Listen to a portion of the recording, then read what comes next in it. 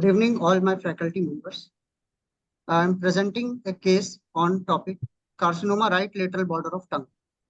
My patient is a 43-year-old male patient, Hindu by religion, laborer by occupation, resident of Ayodhya. Chief complaint, he came with complaint of proliferative growth over right side of tongue since 6 months. Pain overgrowth since 5 months. This is the growth. Patient was history of presenting illness. Patient was apparently all right 6 months back when he sustained trauma to right side of tongue while chewing food due to tooth bite, and following which he developed an ulcerative lesion over right side of tongue, which was healed in 1 week. Later, he noticed a linear growth which healed or the healed region, which was sudden in onset.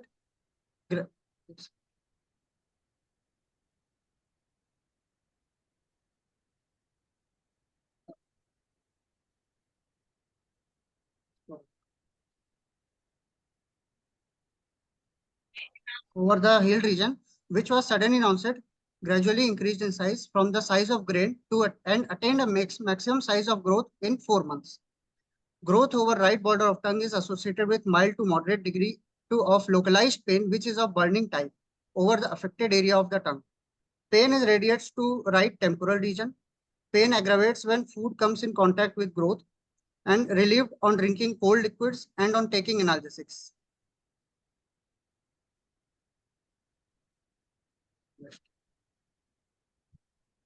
Later, next. Also associated with recurrent trauma, resulting in occasional blood staining on chewing and while cleaning tongue. History of drooling of saliva occasionally notices on awakening. History of disarticulation of speech. Patient took analgesics to relieve pain as advised by local practitioner. Patient was then consulted to a dental department where his edge biopsy was taken from the growth 2 months ago. Patient received 1 cycle of chemotherapy, following which the tongue growth and pain reduced to mild degree 1.5 months ago.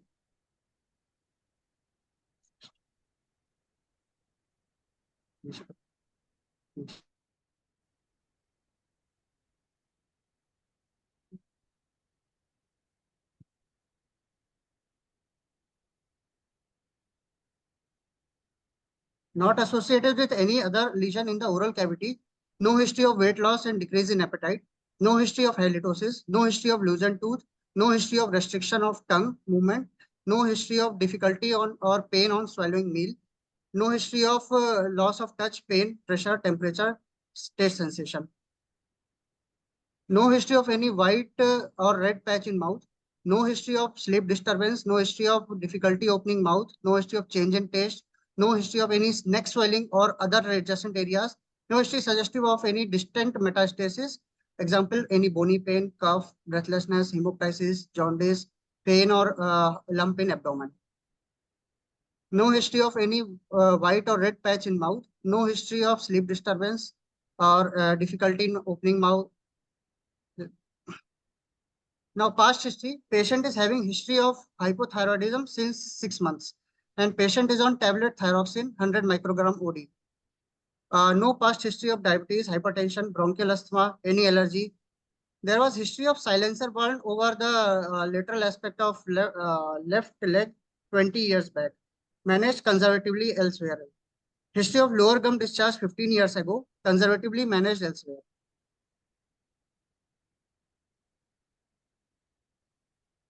Personal history. Patient is a known BD smoker. Patient used to smoke 1 bundles of BD per day since 25 years. So it is equivalent to 25 pack years. And he stopped since 6 months. Patient is also a chronic gutka chewer, once frequency once in 2 to 3 days, and pan chewer once in 10 days. And last taken 6 months ago. Patient is a known alcoholic, 1/4 of indigenous alcohol intake daily, and stopped 6 months ago. Mixed diet, normal habit is normal bowel and bladder habit, no sleep disturbance. Family history, no such history of any oral cavity ulcer in the family. General examination. Patient was examined in a sitting position in a well-lit room. An elderly male with moderately built with a body mass index of 19.03. Patient is a conscious, cooperative, and oriented to time, place, and person.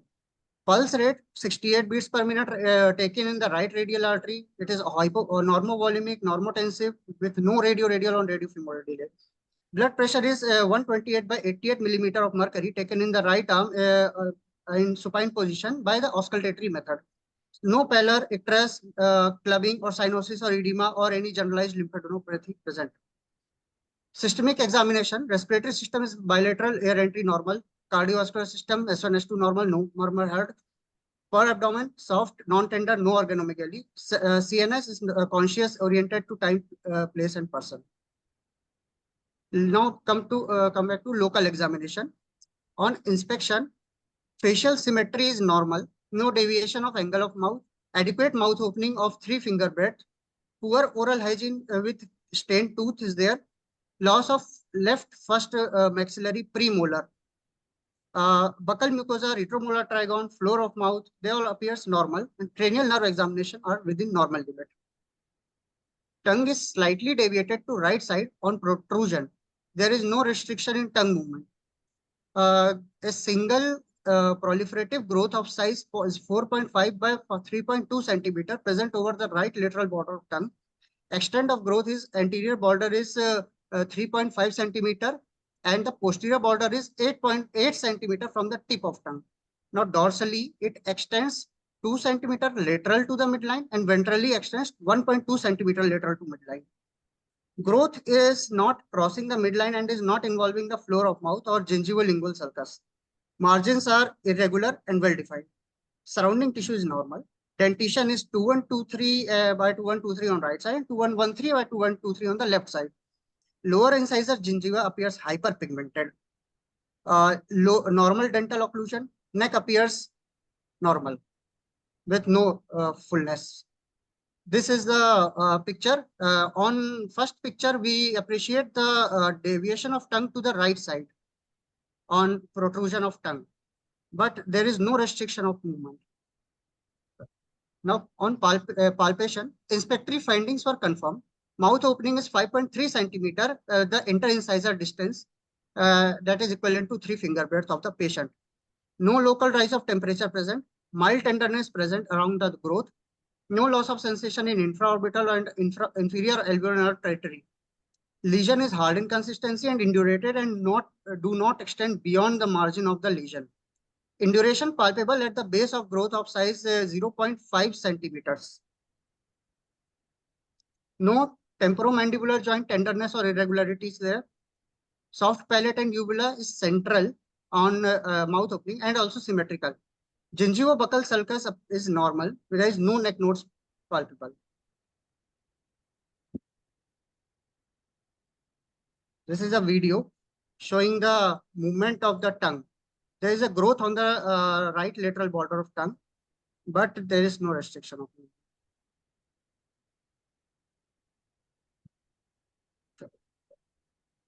Possible donor areas. Bilateral upper limb is normal, no scars. Bilateral radial and ulnar artery are palpable with positive Allen's test. Bilateral thighs are normal. Chest is normal. No deformities or scar. Neck vessels are palpable. My provisional diagnosis for this patient is a proliferative lesion of right lateral border of tongue in a 43 years old male child patient, likely to be malignancy, most likely squamous cell carcinoma of clinical grade T3N0, stage 3 without any complications. The final staging of metastasis we can do after radiological investigations. May I go proceed, ma'am, to investigations?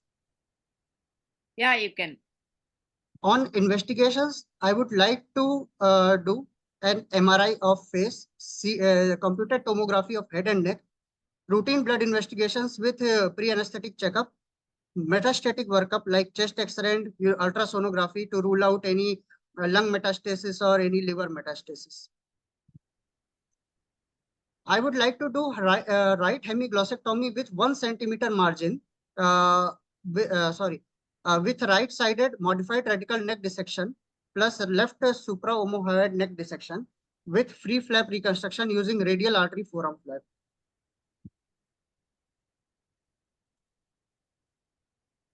My first choice is the free radial artery forearm flap. Wait. And yes, ma'am. I think you can stop your presentation here and panelists will start discussing.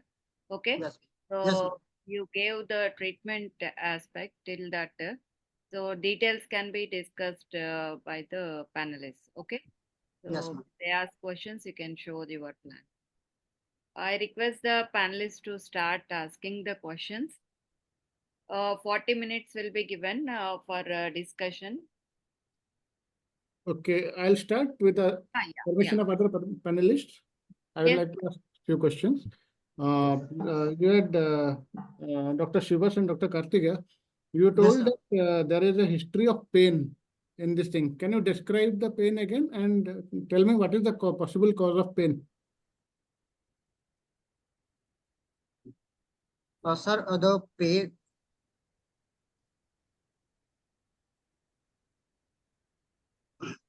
Sir, on pain was he noticed a growth since 6 months. Then for 1 month, he was not complained of any pain. After 1 month, that is 5 months ago, he started experiencing pain when the food part while chewing the bolus when comes in contact with the growth and which that is of burning type and it on chewing it radiates to the right temporal region. Okay. What do you think is the cause of pain? Sir, pain, it could be any nerve involvement might be there. Which nerve? That's the question. Sir, lingual nerve involvement. Lingual nerve. Can you tell what is the nerve supply of the tongue? Sir, nerve supply of the tongue anterior to first general visceral afferent. The nerve supply of the tongue anterior to third is supplied by the lingual nerve and for general sensation, taste, touch, pain. And chorda tympani nerve, that is a branch of facial nerve, is that supplies for taste sensation. Posterior 1/3 of tongue, the nerve supply is glossopharyngeal nerve, that is a ninth nerve, and the posterior most part of the tongue that is supplied by the vagus nerve. Okay, this is the and for motor Correct. motor supply, all the muscles of tongues are supplied by the hypoglossal nerve except the palatoglossus, that is supplied by the cranial accessory. That is supplied by the Cranial accessory part of. Okay. Then thank you. Very good. Then you tell me, sir, there was one thing you told that dental department had done some biopsy. What was Yes. the report of that biopsy? Sir, it was squamous cell carcinoma, sir. Yes. Okay, so you should be mentioning it in history also, that it was squamous cell carcinoma, and based on that, further treatment was started. Okay, that's all from my side. Other panelists can ask. Okay, Dr. Vinay. So, Shrivas, tell me, you have said that you'll get both MRI and CT scan done in your investigations. So, what is the purpose of both of them? Sir, CT scan, so for CT scan, we are doing to rule out the any bony involvement is there, and for the and MRI is to rule out to know the number, extent, size, and any other and also lymph node status. So, are you sure you will get a CT scan done in this case? Because you said that your lesion is not involving the floor of the mouth. There is no involvement of any soft tissue immediately adjacent to bone. So, MRI and CT scan, if you have to choose one, which one will you MRI. choose? Okay. And do you think if you get an MRI, then you can get an idea about the involvement of bone? Yes or no? Yes, sir. You will get an MRI. With MRI, you can get an idea of the bony involvement also. To some extent, yes, you will get. Yes. Okay. So, what is your plan? You said it's going to be a hemiglossectomy. Yes, sir. So, how will you be sure that if suppose your lesion is around, how much away from the midline? Sir, it is one. I'm showing, sir. Sir, the extent is from midline, it is dorsally, it is 2 centimeter away, and ventrally, it is 1.2 centimeter lateral. And how much margin will you take? I will take 1 centimeter margin, sir. So what But will- what will with be for the- that for wide localization, but for hemiglossectomy, we will remove the 50% of the right side. So you mean to say that regardless of the lesion, you will go for a hemiglossectomy? Yes, sir. So you will go for hemiglossectomy or you will go for 1 centimeter margin?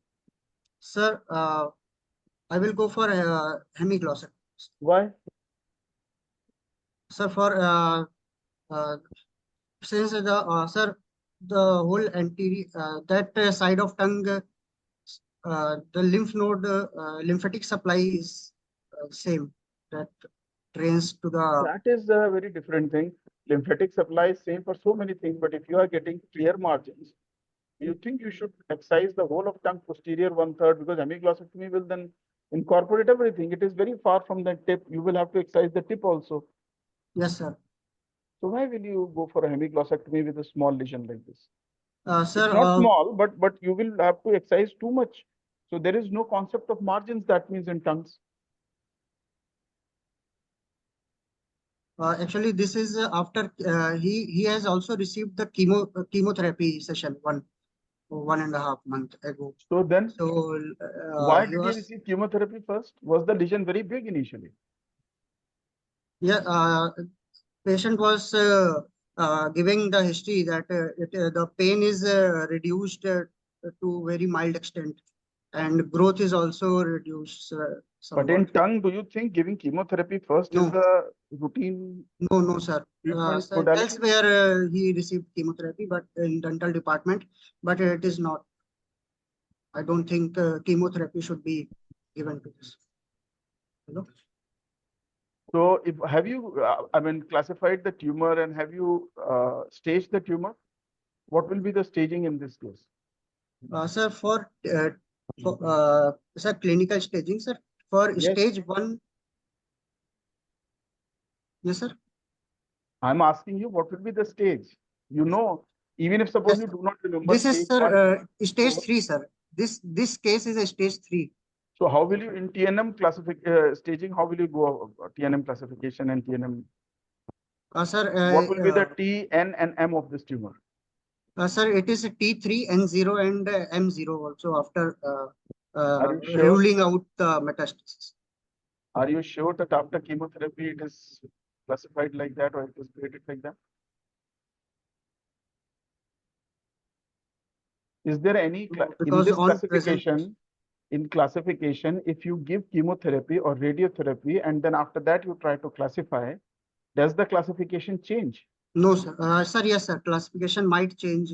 Might nahi, you have to tell. What is the term? How do you indicate when it is not possible to classify the tumor or grade the tumor? What is TX?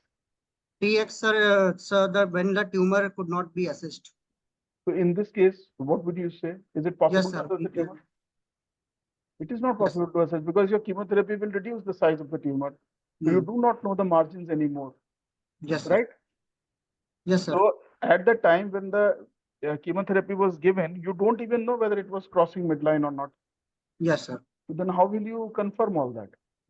Now, okay, chalo, forget that because that goes more into the onco part.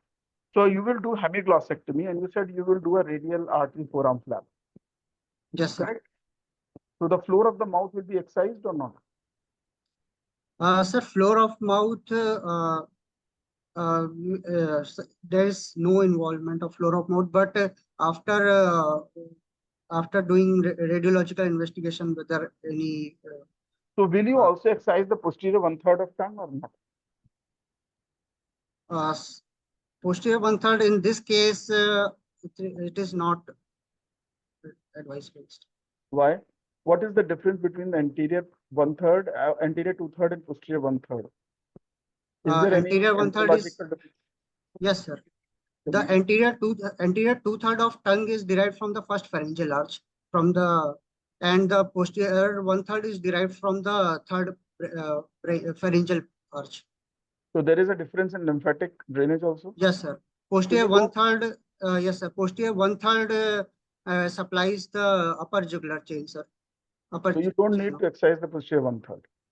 So your floor of mouth is not being opened. So if it is not being opened, how will you pass your pedicle down? What vessels will you use for anastomosis? Sir, facial artery or superior thyroid artery. So what will be the vessels you will use for anastomosis in the wherever you are planning to do the anastomosis, in the neck or In the neck, some sir. other place? So how will you pass your pedicle in the neck? Through the floor of mouth, sir. Yes, But that is we not will, open. sir, we will give the on neck incisions we will give, and Neck incisions you will sir, do, but how will you pass the pedicle from the oral cavity into the neck? You said the floor is not open, so how will you do that? sir, from the floor of mouth, sir. Okay. Floor of mouth, we will pass it through the floor of mouth, sir. So what are the advantages of using, why are you choosing radial artery forearm flap and not ALT, not MSAP? There are so many other flaps you have, PMMC, Yes, sir.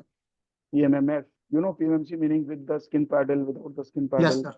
There are so many options. So why have you chosen to use radial artery forearm flap? Sir, radial artery forearm flap for hemiglossectomy, it is a uh, uh, uh, it is a small size. It's the best flap. For it. I mean, I'm just asking, is it a good flap for tongue reconstruction? So we can also plan for free ALT flap also. No. Why have you chosen radial artery? We can do so many things, but Yes, you sir. have chosen to do radial. So why? I'm not saying it is wrong, but what is your reason for using radial and not ALT, not MSAP? Sir, because it is having long pedicle length, and You mean to also say the ALT will not reach? no LT also will reach. So And once a flap reaches the pedicle length is of no use. Extra pedicle length, what will you do? You'll have to cut that. yes, So that it cannot is be the reason thin for your flap, choice of okay, thin pliable flap. thin And what is flap, the advantage pliable of flap. thin pliable flap in tongue? For sir, Okay. the form, it will restore the form. Is it the form you want to restore? What about the function? What are the functions of tongue? Sir, post-op mobility will also be much more easier in case of radial artery forearm flap. So what is the design that is when you do the inset in radial artery forearm flap, what is the design known as?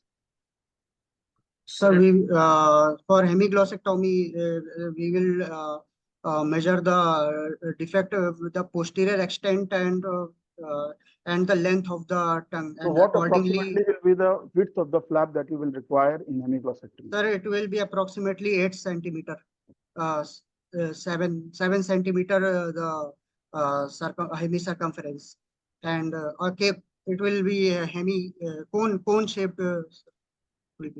Cone shape. Okay. Okay. And what about the innervation? Do you innervate the flap? Is it of any use? Yes, sir. Yes, sir. You innervate. So Yes, which sir. nerve is used for innervation? Sir, we will use, sir, yeah, lateral antebrachial cutaneous nerves. Of Yes, sir. which nerve? Lateral Sir, anterior nerve in the forearm. two lingual nerves, It sir. travels with which vessel? When Sir, you are superficial harvesting, radial nerve, sir. are you sure you will take the superficial radial No, nerve? no, sir. We will not take the superficial radial nerve, sir. Okay. So then what is the nerve supply of the radial flap that you are harvesting? Sir, Because that is the nerve you would like to take, no? The flap which is sir, supplying the flap. the lateral antebrachial cutaneous nerve, LABC. Okay. And what about the motor function? Sir, motor function. And this nerve runs with which vessel? Does it run with any particular vessel? The superficial radial nerve, sir. It runs along. Nerve runs with another nerve. No, I'm talking about vessel. It runs with some. Vena comitans. No. Okay. Let's move on to the next thing. What about the motor supply? Are you able to give any motor supply to the tongue reconstruction? Sir, motor supply we do not need because it is a case of hemiglossectomy. So the contralateral part. Okay, if it is not a hemiglossectomy, total glossectomy, you are doing an ALT flap or any other flap, then what now will you use for motor? Sir, for ALT flap, sir, LCFN, sir, lateral cutaneous nerve of For motor function. femoral nerve. Is there any, is there any indication for using a motor nerve here? When you are doing an ALT flap or when you are doing a radial artery forearm flap, there's no point because there is no muscle there. And even if you do, so okay. Okay, I think if you are taking muscle, Dr. Selva or anybody would like to ask anything?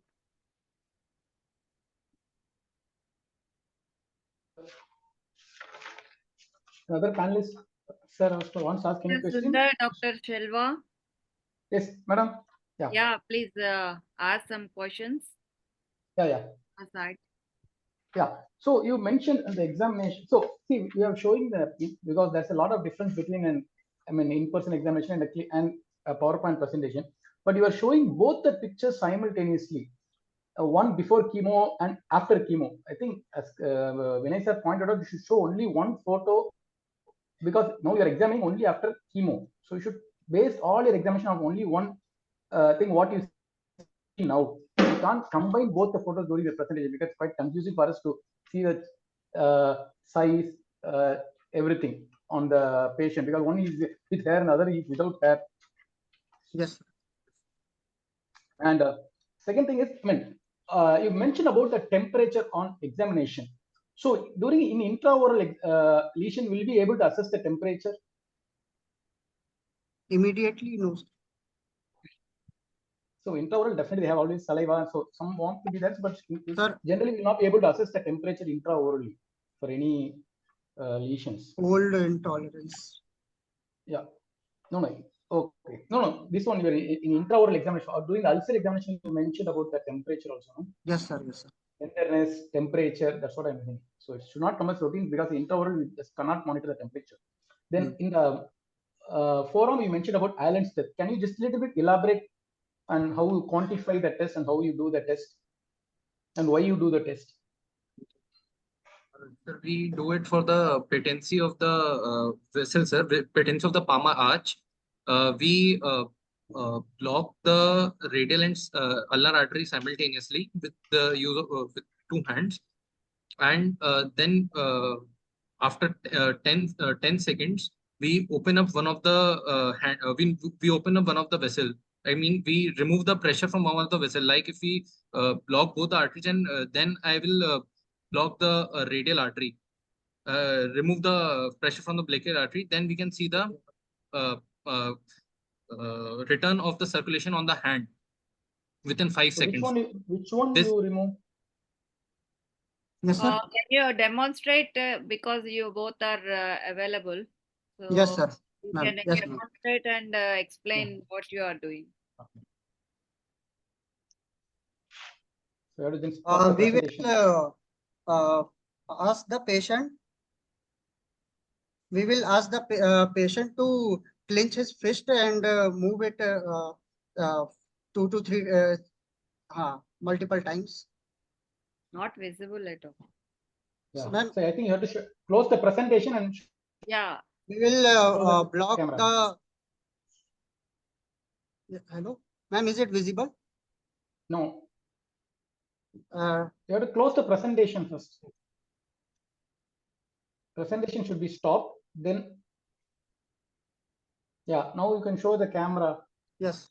Yeah. I will ask the patient. First, I will block both the arteries, radial and ulnar artery, and ask the patient to clench his fist multiple times, around 4 to 5 times. Why you want to do like that? So that the all the venous outflow will be drained out. Very good. Go ahead. Yes. Okay, stop. Now I ask the patient to stop, and then I release one of the. I will release the one of the artery. The pressure and we'll see whether the redness is appearing on the palm or not. So within 5 seconds, it should be. So can you a little more elaborate? This is the thing is, you should specifically see, but now you want to see whether the ulnar artery supplies the remaining part of the hand after the radial artery is removed. I think that's the point, no? So which one Yes, you should sir. release and see? Sir, sir, radial artery. No, I didn't get my question. So, So to to see the patency of ulnar artery, because it is a dominant artery, sir. Ulnar. Okay, so which one? How you have to assess the arch? So which one you have to release first? So we'll release the ulnar artery.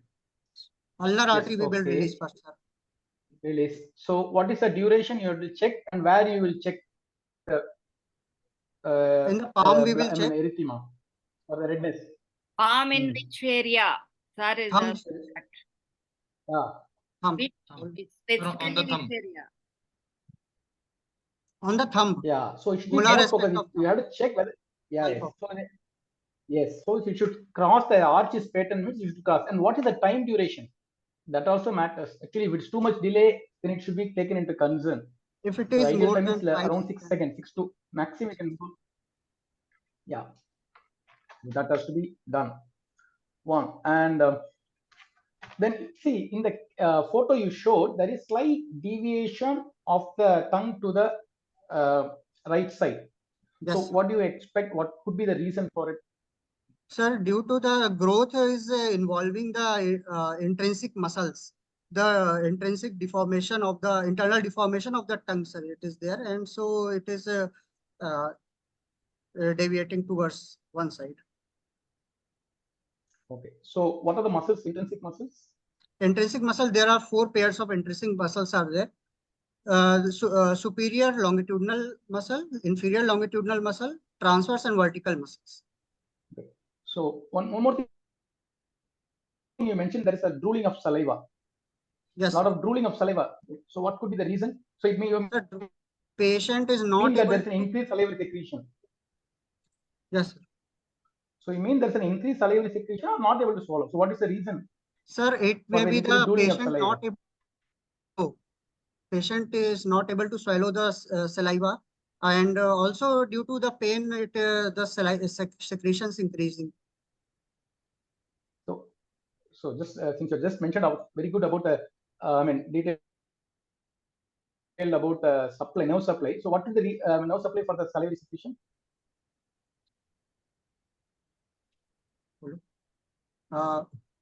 Lingual nerves. Auricular.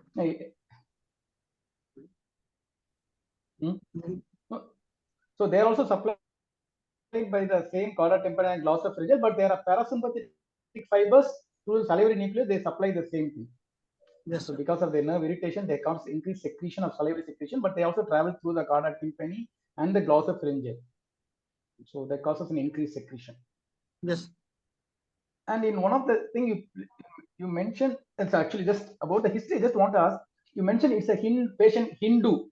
May I know the reason for the religion? Is there any importance with the history? Is there anything to do with the patient diagnosis or anything with the religion? Just I want to. It's not a sarcastic question. Just I want to really know whether there's anything important to the diagnosis or that's your because routine to ask about the religion. Does it carry any importance in because this case, or any case for that sake? On this, because many other most Hindus are mixed diet and a vegetarian diet. So the bony is the sharp tooth. It will get less traumatized. It may be the reason, but there is no other personal history. Will be asking those things. Okay. Okay, that's all from my side, madam. Sundar sir. Dr. Sundar. Good evening, Srivatsa and Karthikeya. I think evening, sir. Your history was quite clearly audible. Yes. What is your diagnosis at the end of the history?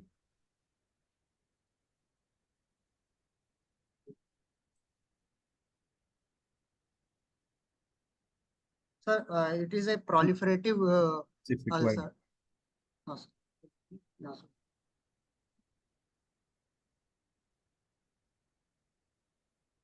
At the end of the history. Yes, sir. A proliferative lesion of right lateral border of tongue in a 43-year-old male patient likely to be malignancy. Yeah, this is at the end of the examination. At the end of the history, why I am asking. Okay, sir. A proliferating lesion over the right lateral border of tongue in a 43-year-old male patient, and it is likely to be malignant, but we have to confirm it after doing the local general and local examinations. The reason I'm asking is that you mentioned that the history is sudden in onset. So are malignancies sudden in onset? Sir, yeah, it actually after the patient experienced trauma due to its while chewing. So then after he experienced then after he noticed an ulcer over there, and which healed within 1 week, and after that the growth has occurred. What I'm trying to get to is that subsequent to your examination, now it's quite clear that this is a malignancy. So this sudden onset doesn't fit into your history. So it is okay to go back and ask the patient once again so that your findings are in conformity with your final diagnosis. So this is for the postgraduates, not just this case, any other case. Make sure that your history examination is watertight. If there is something which doesn't fall in place, go back, ask the patient again, reconfirm. That's what I was getting at. And any major case, it is good to ask for history of allergy to any medications and bleeding disorder. Make it a standard habit. It will help you in practice later. You mentioned about the staining of the teeth. Yes. Did you look for any caries in the teeth, history-wise, examination-wise, and what is the implication in an oral malignancy case? Yes, sir. The caries there due to poor oral hygiene, and also it is relevant as he is a regular BD smoker, and also alcohol consumption is also present in his history. So that points to the causation that smoking could have led to this oral malignancy. Other than that, what is the implication of poor dental hygiene in an oral malignancy case? If there is a dental caries and if it involves the it can be a loose tooth also, and the loose tooth can be if it involving the gingivobuccal or gingivolingual sulcus. So that is the also the. What is the problem if there is severe dental caries and the patient goes for radiation after the flap is done? I'm asking a direct question. What is the role of the dentist with regards to dental caries, with regards to radiotherapy post your flap? The tumor will shrink after radiotherapies, but on teeth caries. There is increased chance of osteoradionecrosis necrosis. Yes, sir, there is increased chance. Not managed and there is a radiation given. So all oral malignancy cases with a doubtful dental caries require dental evaluation before we proceed with the treatment. Now, in your list of investigations, what is a simple test to look for synchronous malignancies? MRI face, no, MRI tongue. Clinically, in the OPD. Sir, the biopsy. There is field cancerization, no? So what is a simple test to look out for other intraoral in the aerodigestive tract? Indirect laryngoscopy. Yeah. So ideal has to be done. You didn't classify your defect. Are you aware of any classification system for tongue defects? So you just said hemimandibulectomy. If you have to list out a classification, what is the classification you use for tongue defect? Partial glossectomy would be there. If we are removing the 1 centimeter margin, if we are removing wide local excision, it can be a hemiglossectomy. It could be a subtotal glossectomy or total glossectomy. Are you aware of Cheng's classification? Cheng's classification? For tongue defects? Yes. Okay, it is more or less similar to what you have said. It is just gives in percentages. What is this whole idea of classifying tongue defects in terms of percentage of volume that is removed? What is the philosophy? By knowing how much is resected, yes, is it going to indicate what flap to be used and how? What is the philosophy? Sir, if we are using in case of total glossectomy. Sir, it is dependent on the muscle bulk also, sir. What percent of the muscle tongue bulk is to be resected? And also the floor of it. Yes. So let's say it is lesser amount of volume is removed, like if it is partial to hemi, then what is your choice? And on the other hand, if more is removed, what is your choice? If less is removed, if 30% of the, if less than 30% of the defect is removed, then we can close it primarily also. But if more than 30% and we can prefer the radial artery forearm flap or the lateral arm flap or MSAP we can use, and ALT also we can use. Total, why is radial forearm not preferred? I'm trying to quickly wind up the discussion. Sir, because radial artery won't provide the adequate bulk required for the total after total glossectomy. So you're saying in a lesser resection, bulk is not needed, a thin flap is needed, and in a larger resection, bulk is needed. Bulk is there. What is the philosophy? Why is this so? Sir, in larger resection, the floor of, if in case of floor of mouth is involved, and if we are doing a total glossectomy, so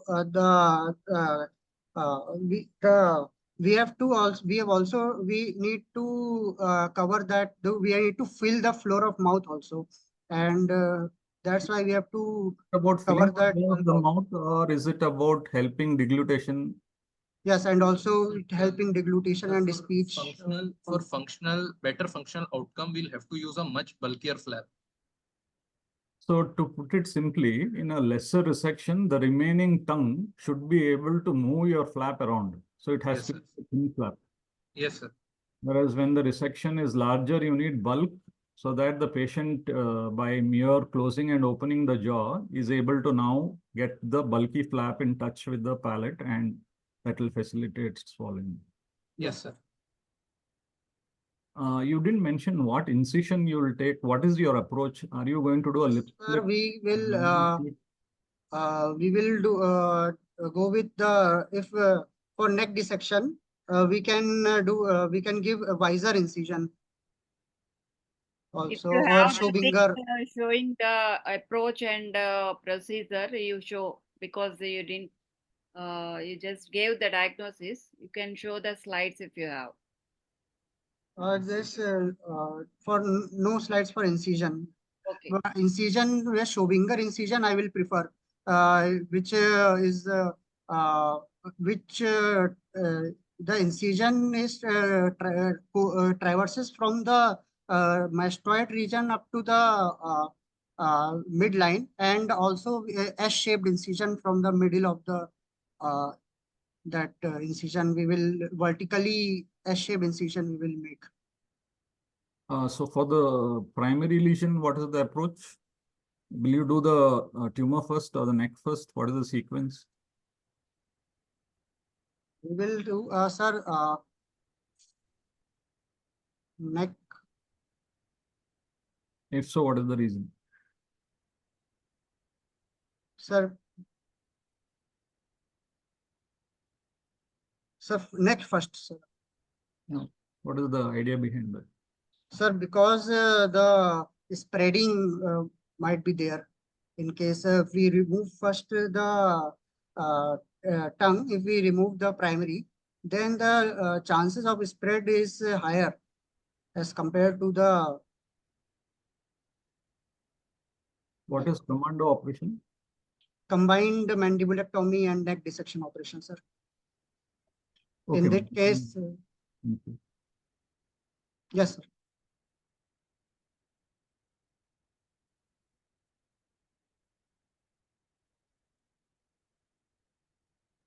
Hello.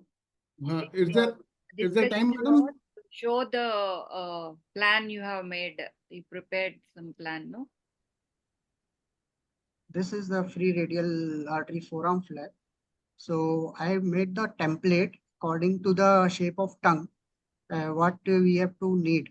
The size of length of tongue, we have taken the 8 centimeter and the 7 centimeter, and through with the help of handheld Doppler, we palpate the artery, radial artery, and the cephalic vein also, and the required pedicle length of near 10 centimeter, and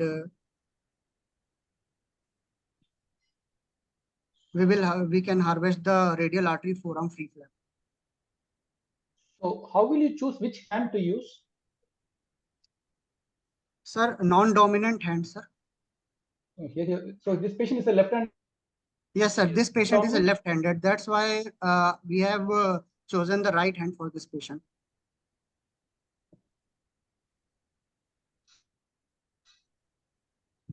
And see, in this case, if you see your marking is much away from the radial artery. Actually, it should be little more medial, I believe. You just see where is the radial artery marking which you have shown for that one. The radial artery is almost at the end of the medial, margin of the flap. The way you have marked, I think, especially in the distal half of the flap, it is totally away from the radial artery. Where do you find the pedicle? Yes. Ma'am, we will draw a line between the FCR tendon and the. Yeah, tell. We will draw a line, imaginary line from the mid-cubital region and up to the scaphoid notch, and that is the radial artery. Between the brachioradialis. So that is the pedicle runs. Yes, and it's between the flexor carpi radialis and brachioradialis, sir. Yeah, just here, where is FCR? Why in the snuff box? Why can't you palpate it in the wrist? Yeah, sir, because where you normally palpate radial artery? Sir, at For the radial the pulse. styloid, over the radial styloid, sir. Okay, so there we will palpate the radial artery. So if you draw that line, what you are saying, from the cubital fossa up to the point where you palpate the radial artery, where do you think will the line be? If you can just use the pointer and point that. Distally and proximally, if you can just point where you will, where your radial artery will lie. Yeah. Sorry, sir. From that point up to the mid. Are you sure radial artery is so little?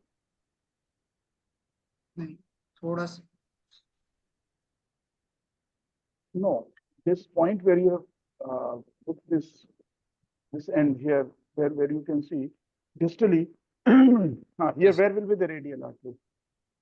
Is it absolutely lateral or is it slightly more medially than what you have drawn?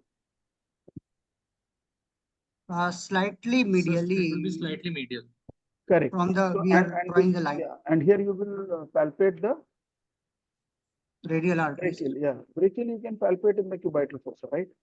So then you can draw a line between the two. So if you see your flap is almost on the edge of the vessel. That is what Dr. Selva was pointing out. So your flap should be a little more on the medial aspect. Medial aspect. But how much medial can you go? What is the limiting factor when you are What are the boundaries? Medial boundary, yeah. Medial boundary, sir, we can take the up to the Yes, you're right. Up to tube, sir. what? Up Medial to, ulnar aspect, sir. correct. So ulnar aspect, up to what point of ulnar aspect? Do you have to be careful about something? Yes, sir. We should not damage sir, FCU till the FCU. We can harvest it. Okay. ठीक है. चलो. So Time is over, sir. where does the radial, I mean, yeah, fine. The PG teams can now ask the questions one by one. So the team 1. Yes, ma'am. Yeah, you Can you ask ask me? questions to the presenters, presenting team. Only 2 Yes. minutes time will be there for you. Yes, ma'am. What is Hayes-Martin approach to prevent marginal mandibular nerve palsy during neck dissection? Hayes-Martin approach. No idea. Sorry. Oh, you have to answer. Yes, ma'am. By various studies, it has been proven that the facial vein is more constant relation to the marginal mandibular nerve. Hence, in this, we'll be ligating the facial vein about 2 finger breadth below the mandible. And after ligation, we have to superiorly reflect the flap along with the superficial fascia so that the marginal mandibular nerve will be also retracted, thus preventing the injury. Okay, thank you.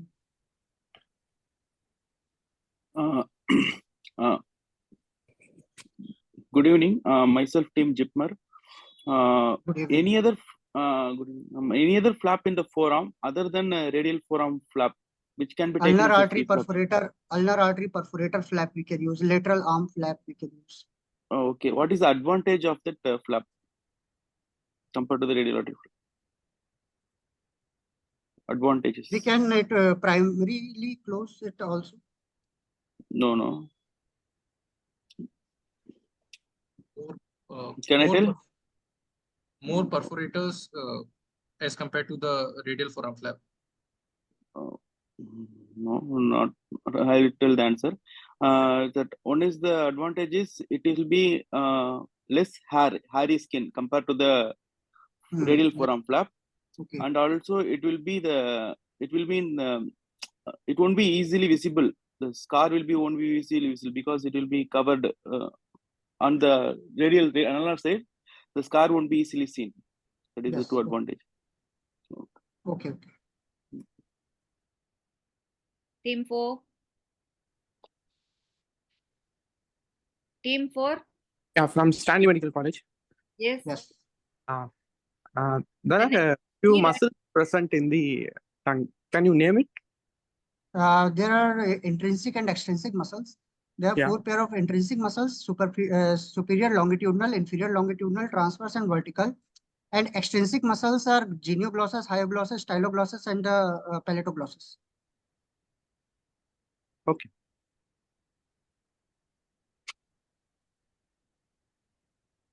Team 5. Yes, ma'am. Good evening.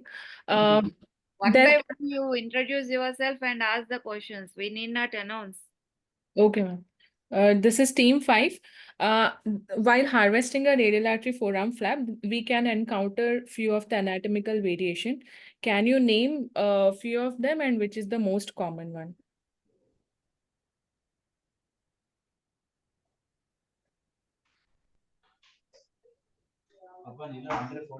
No, sorry. So we can have a tortuous configuration of the radial artery, or there can be hypoplasia, there can be stenosis, there can be radial artery loops, or there can be high origin of the radial artery itself. So the last one is the most common one. Thank you. Thank you. Good evening, from Bangalore Medical College. My question for today is, what are the loco-regional flaps apart from the commonly used PMMC flap? We can tongue. We can also use facial artery myomucosal flap And also we can use submental flap, and these two flaps we can use. Okay. The other flap options can be nasolabial island flap, infrahyoid myofascial flap, trapezius musculocutaneous flap, pedicle submental island flap. Yep. Okay. Yeah. Thank you. Madam, just can I intervene, ma'am, for a moment? This is Dr. Selva. Yeah, please. See, You the can, submental you always. see the submental artery flap very, very carefully in the case of tongue because we are doing a neck dissection. And especially in a male, it's totally contraindicated. The chance of recurrence is very high because when we dissect, very difficult when they do a node dissection. And though for namesake, we should not name all these flaps because practically the chances are very, very less than if you ask most of the surgeons here, they will not accept any local flap for this defect especially. Though we can. I 100% agree with you, Selva. And also that question about the advantages of lateral arm flap and the ulnar artery flap is not actually, it cannot be taken because it is not evidence based. The lateral arm flap is not as pliable. So it may have lesser donor site mobility, but is definitely going to affect the mobility of the tongue because it is not as pliable. So those two things are not actually, you cannot take it as there will be a lot of, I think, disagreement amongst the surgeons who are doing the reconstruction in tongue about these advantages and disadvantages. I don't think these two questions, as you said, one and that one, can be taken absolutely as a correct answer. Thank you, madam. Thank you, sir. Thank you. Panelists can contribute after the answers. So, next team. This is from CMC Velu. Is there a scoring system to assess the swallowing capacity of the reconstructed Be tongue? loud. Is there a scoring system available for assessing the swallowing capacity of the reconstructed tongue? Your voice is not visible.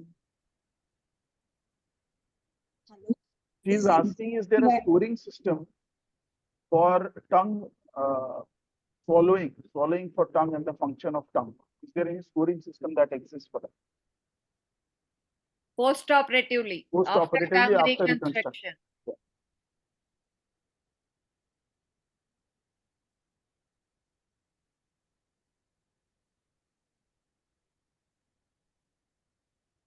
If there is a classification, I'm not able to recall the name, which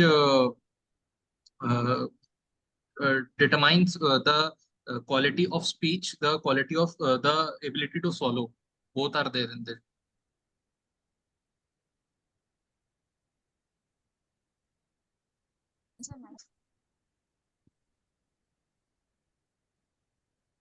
Answer your question. Yes, ma'am.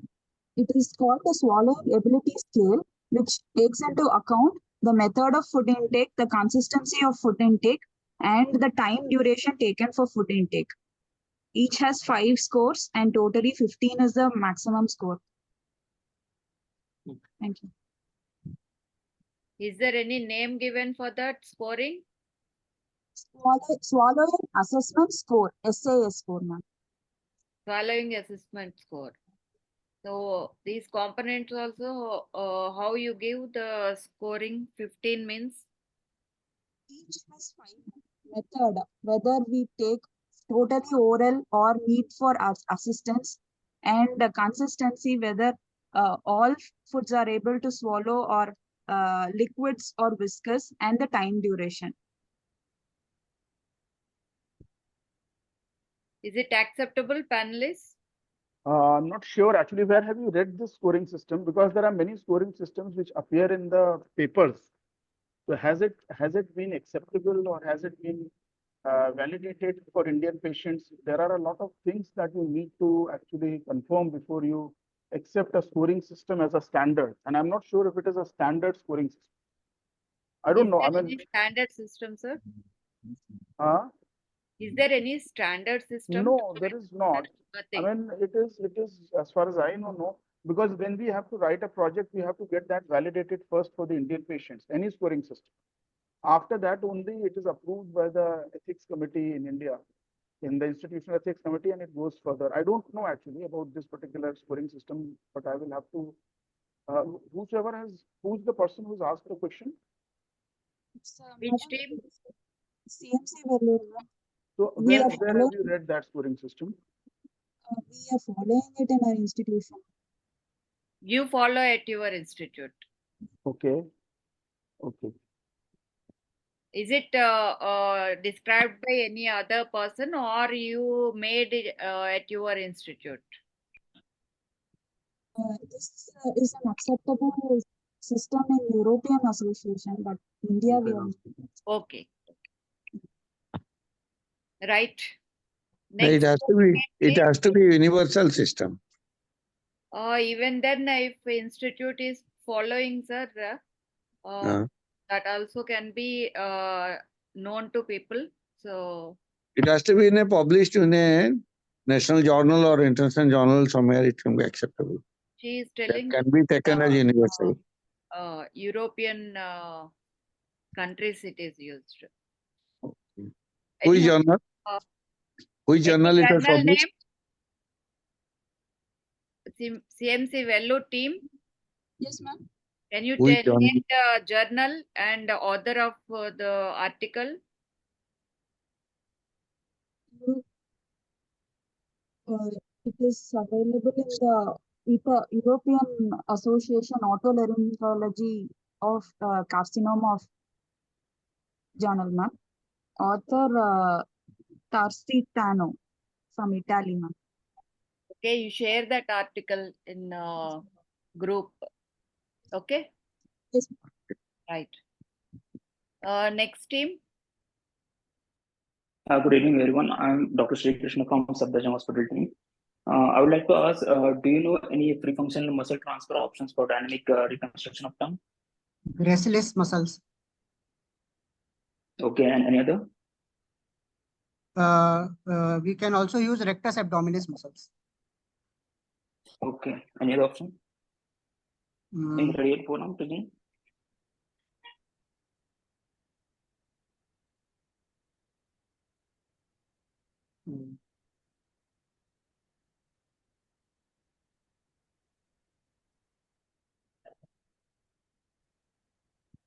No. Hello.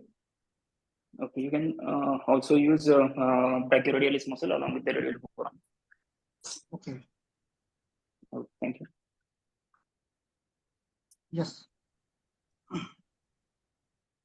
Yeah.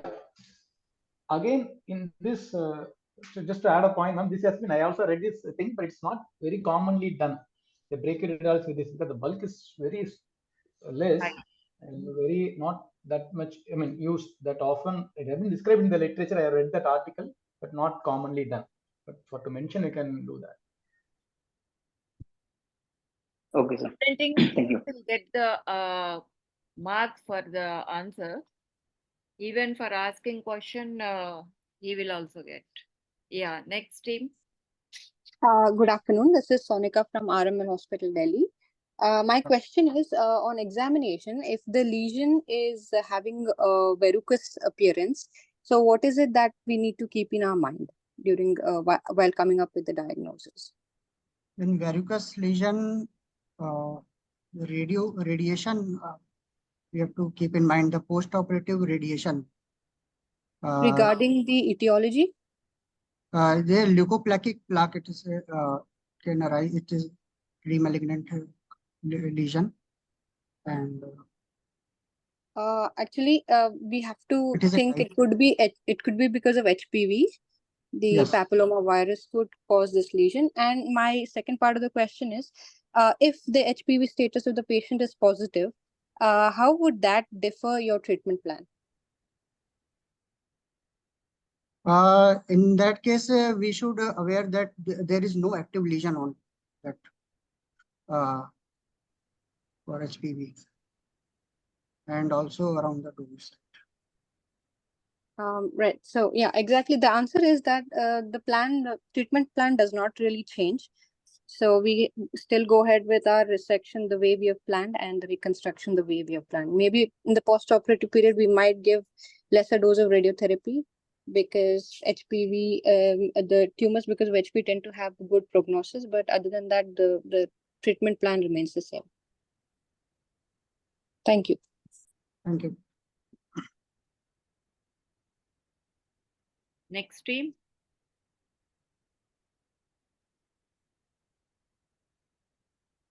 Likita, what is the next team?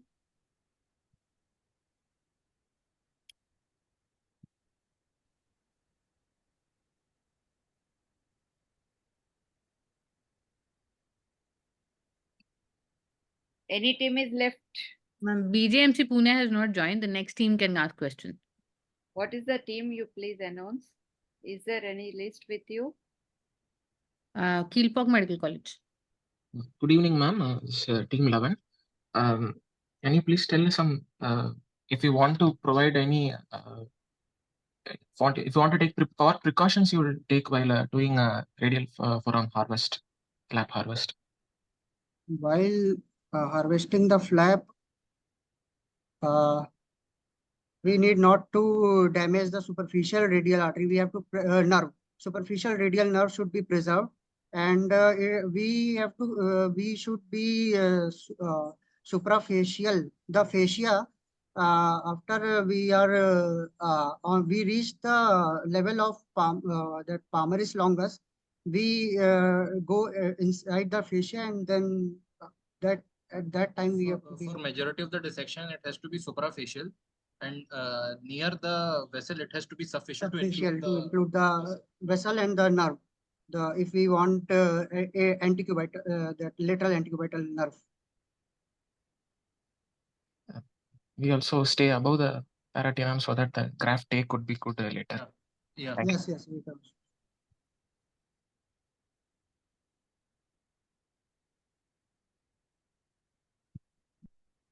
Any contributions from panelists or Kilpauk Peji? Anything you want to add? No, ma'am. No, ma'am. That's all. Thank you. Okay.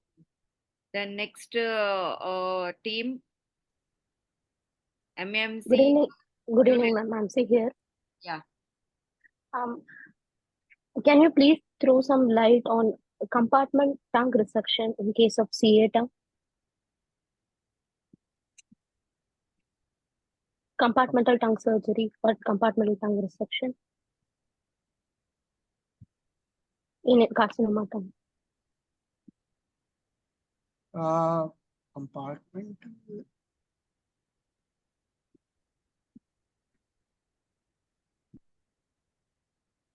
So the compartment actually means that, for example, there are certain not only going wide by the margins, but going wide a lot. So why I'm intervened is intervened because this is not an acceptable in excisions. Let her the question asked by MEMC New Delhi. Just answer the question. Okay.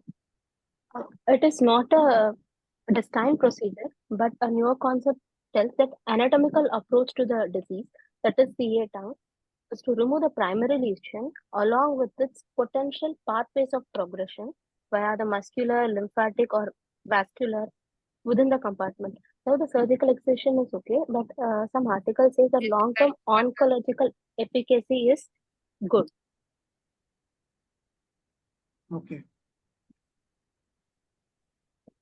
Vinay sir, please. Yeah, so that's what I said. It is actually it's not acceptable at all. Only few people practice it, and it is not evidence-based. There have been multiple discussions. It's not a correct. See, what I would like to suggest here is that the questions that are asked, if they are based only on papers without evidence, there are multiple things that somebody might read and come up, and it may convey a wrong message. So to say that some people have said it doesn't mean anything. Nowhere in the world it is actually practiced like that, except maybe in a few institutes I know. In Amrita and a few other institutes it is practiced. But I guess till it becomes a standard of care, we should not take it as a correct thing, because might send a wrong. That's what my thought is. But yes, No, sir. I think This is I the think that reason is why we kept this session. yeah. so that the PG should understand what will Yeah. be what to be asked and what is relevant, what is not relevant. Yeah. Yeah. It will be quantified by the panelists of experts in the I- field, so that they don't go like deviate from themselves while preparing for exam. So that is I think yes, sir. Dr. Satsang has rightly told. I think that we should stick to that way. Otherwise, you can make 100 questions, which is out of not exactly focusing on Even the. the Yeah. PG should understand what type of questions to be put to the presenting team. Okay, so kindly concentrate on those aspects also, because you will be getting mark for a relevant question only. Okay, so next team is ESIC Faridabad. PG is there from ESIC Faridabad.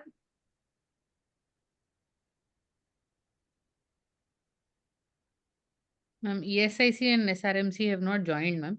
SRMC also not joined. Okay, you please make it as a absent. Yes, ma'am. Bhuvaneshwar. Good evening, ma'am. Yeah. My question is, could you please explain what do you mean by oral field cancerization? Oral field cancerization was a concept given by Slaughter in 1953. It defines that whenever there is a primary oral cancer, after 3 to 5 years, there will be a second primary in the oral pharyngeal oral cavity region.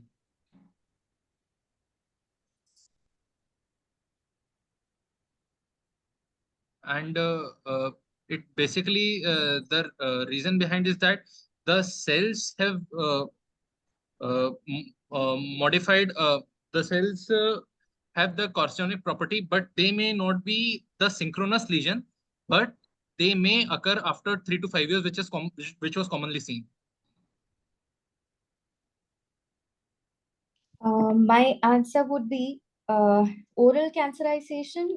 It means that oral cancer does not arise as an isolated cellular phenomena. Rather, it involves multifocal development process, which is at various rates within the entire field in response to a carcinogen. And this is why oral cancers are prone for development of synchronous and metachronous tumors. Okay. Primary tumors. Yeah. Thank you. Acceptable answer, panelists? It's almost the same, ma'am. Actually, it's because of the genetic makeup there. All cells are equally affected and one can present at a different time. Okay. Yeah, it's good. AIMS Rishikesh. Good evening, ma'am. This is Team-3 and name's Rishikesh. My question to you is, what nerve is used to make your RAF a sensate RAF? Lateral antecubital cutaneous nerve. Okay, LAC. and at the you'd anastomose that too? Lingual nerve. Okay, thank you. Thank you. All teams completed their questions. So any pardon? Is anybody left? No, ma'am. Okay, anything in the chat box?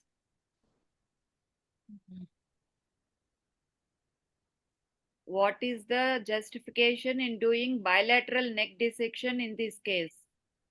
In case of in this case, the contralateral neck dissection is prophylactically we are removing the supraomohyoid because it is N0. Why yes, you are doing the okay. What are the nodes you are planning to remove in this case in the right side, which are the involved side? This is Dr. Silva. So what are the nodes you are? What will you do on the same side? What all groups you remove? That is the question. on the for modified radical neck dissection, we will remove the lymph node level 1, 2, 3, 4, 5 along with we will remove the spinal submandibular gland, spinal accessory nerve, and IJV. And if in case IJV and sternocleidomastoid muscle. All you will remove. Neck dissection. So you will remove all the three structures. We will preserve it, sir. If MRND3 we are doing, then we will preserve all the three structures.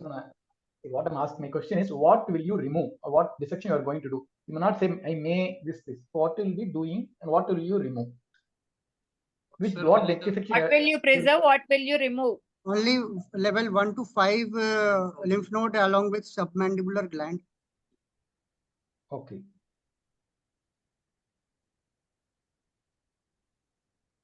So it's more like it's a functional neck dissection.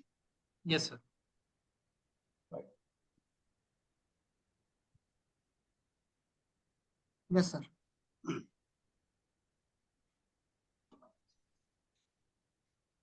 So what is a synchronous and a metachronous lesion? Is it because you mentioned the word synchronous? So what do you mean by synchronous lesion? Sir, synchronous lesions are the lesions which arise within 3 months. And metachronous are the lesions which arise after 3 months of the primary. Usually it's around 6 months. 6 months.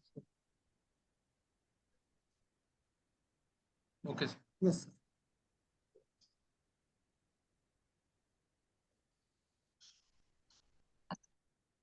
So do you do any frozen section in this case? Yes, sir. We will send the specimen for frozen section for to confirm the margin status. Okay. So you send it for all cases? Yes, sir. We send it for all the cases. Generally, frozen section may not be required. With the practical aspect, will tell you not required in all cases. Usually, it is sent if there is any suspicious margin.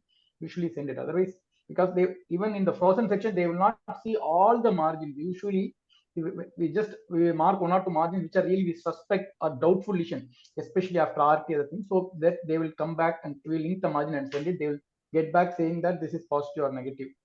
And Yes, so that's the thing. Usually, we will not say the entire every case. We don't send a frozen section. It's not universal, sir. But in case doubtful lesion, you should go for a frozen section. Yes. Any delegates would like to ask questions? Can unmute and ask. Other. There are a couple of. Sorry, sir. There are a couple of questions in the chat box. Shall I just read them out, sir? Yeah. How can we bring pedicle to neck if floor of mouth is intact? Pardon, please. No, this I think is to the panelists. The question was, how can we bring pedicle to neck if floor of mouth is intact? So we just dissect the muscle a little bit of adequate length and deliver the pedicle down. Remember, I asked this question during the discussion on the case. So you, as Dr. Selva is saying, you have to just make a small rent, or you can actually split the muscle, remove a little bit of muscle, because otherwise it might get swollen and compress the pedicle later on. So make some space, but you'll have to open the floor. Without that, it is not possible. So we have to make a small opening. Yes, sir. The second question is, lesion is not crossing midline and is N0. Is it a protocol to do prophylactic contralateral neck dissection?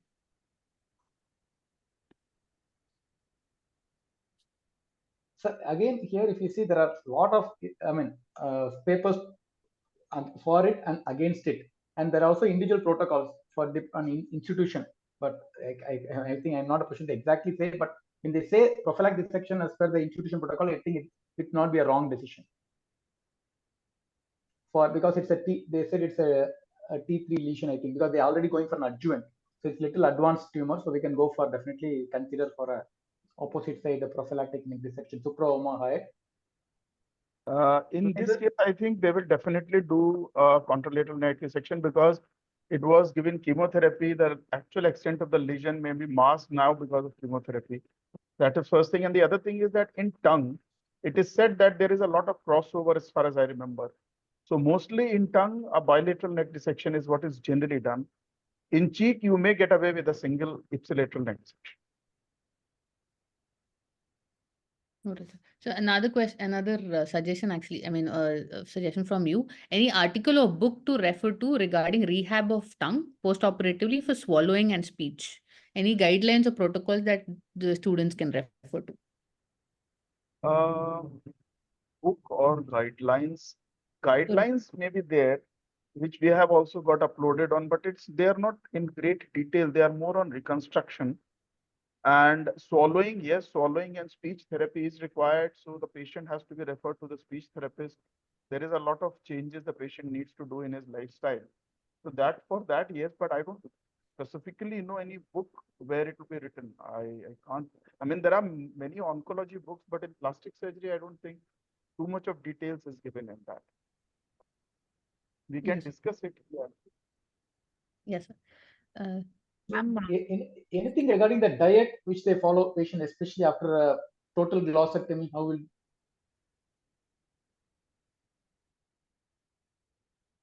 So what will be the patient diet in the case of a partial glossectomy and a total glossectomy? Soft, initially it will be the soft diet, sir. Sir, we will diet. Sir, we will insert the Ryle's tube and we give the feed through the Ryle's tube initially. And so how long you will be continuing the Ryle's tube feeding in this case? Sir, for around 2 to 3, sir, we can for around 6 weeks, sir. No, 6 weeks is too much. So usually for a partial glossectomy, a maximum of depending on the institutional protocol, but a maximum of 2 weeks, there is no healing is well. If the neck is, there is no evidence of any orocotinous leak or anything, you can proceed with the oral diet maximum of within 2 weeks.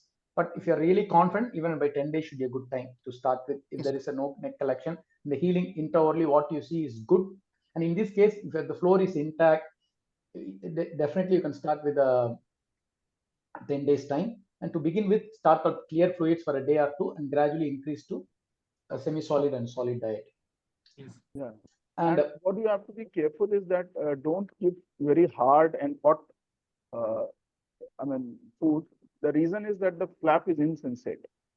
So if you give very hard food and the patient tends to, that food will accumulate on that side, it may cause abrasions if it is very hard. And the other thing is that if it is very hot, again, that part might get burned or maybe damaged because of the temperature. So you have to check that. But since the other side is okay, usually it will be fine. I see two other questions in the chat box. One is there any method to restore the taste sensation? To which the answer is naturally it is not possible, because what you are doing is a radial artery forearm flap which does not have any such receptors which can be good for taste sensation. So taste sensation to restore is not possible. What we can do is, if the tip is okay, the tip is supposed to be rotated and cover the tip of the flap, so that the tip can be used. So you're getting my point. If instead of hemiglossectomy, the tip has been intact, that can be rotated to cover the flap so that the tip can be used. That is one change which you can do. The other question is, if you open the floor of mouth, how to prevent saliva entering the neck? So you have opened the floor of the mouth, but you have put in the flap over it. So the flap covers that part of the floor which is through which the particle is passing down. So there will be no problem for that. But you have to, that is how it will be passed from down. The flap is there, so the flap covers that small rent which is made. So Naren Shetty's question to the students, to the participating team: what is shape modified radial forearm flap? Modified.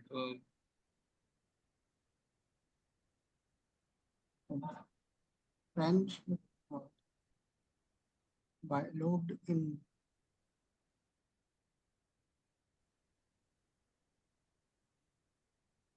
sir. We will use harvest the radial forearm flap by in the shape of the.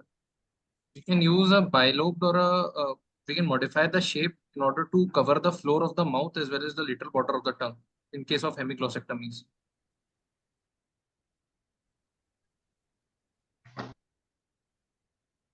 Yeah, it's the most common is a bilobe design. So Yes, sir. the main reason for doing that is to increase the Floor of mobility. mouth. Yes, sir.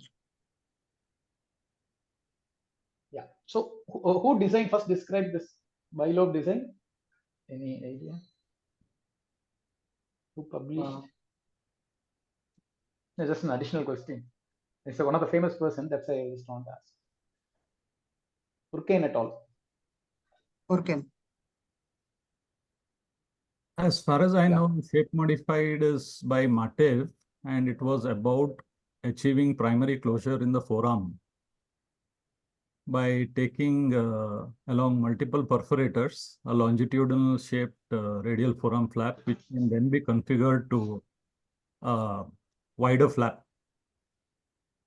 And also recently published by team at Amrita. Yeah, yes, I heard of. Yeah, I've seen that. Matev. So one last question and then we'll go to the next session, sir. This is for the panelists, I believe. What about feeding and total glossectomy? Yeah, that's my question. Actually, I was about to ask complete that. So in a total glossectomy, I mean, the students want to try answering that. Yeah, please go ahead. Yeah, see that in a total glossectomy, the tongue plays a very important role in chewing and for grinding the food. So when the tongue is not there, they will not be able to mix the food properly. So in a case of a total glossectomy, that they will not be able to chew properly. So usually what they can, a mixed diet sort of diet, mixed food sort of thing, where they can directly swallow, such foods are given. And they usually change their habits like that. So that mixed food and like a jelly-like consistency where they can easily swallow, such foods are given. Basically, they can't chew the food because they were not able to use the tongue to rotate the food. So this pretty pre-mixed food is given generally for a patient with total glossectomy. Time is over for QA. So we'll go for the next session of this competition. Likita, share the spotter. Ma'am, I just opened. Yeah. 10 minutes time, please. Presenting team. Yes. Diagnosis, treatment. A case of either post-diabetic non-healing ulcer. This is a pressure sore over right heel, probably calcaneum.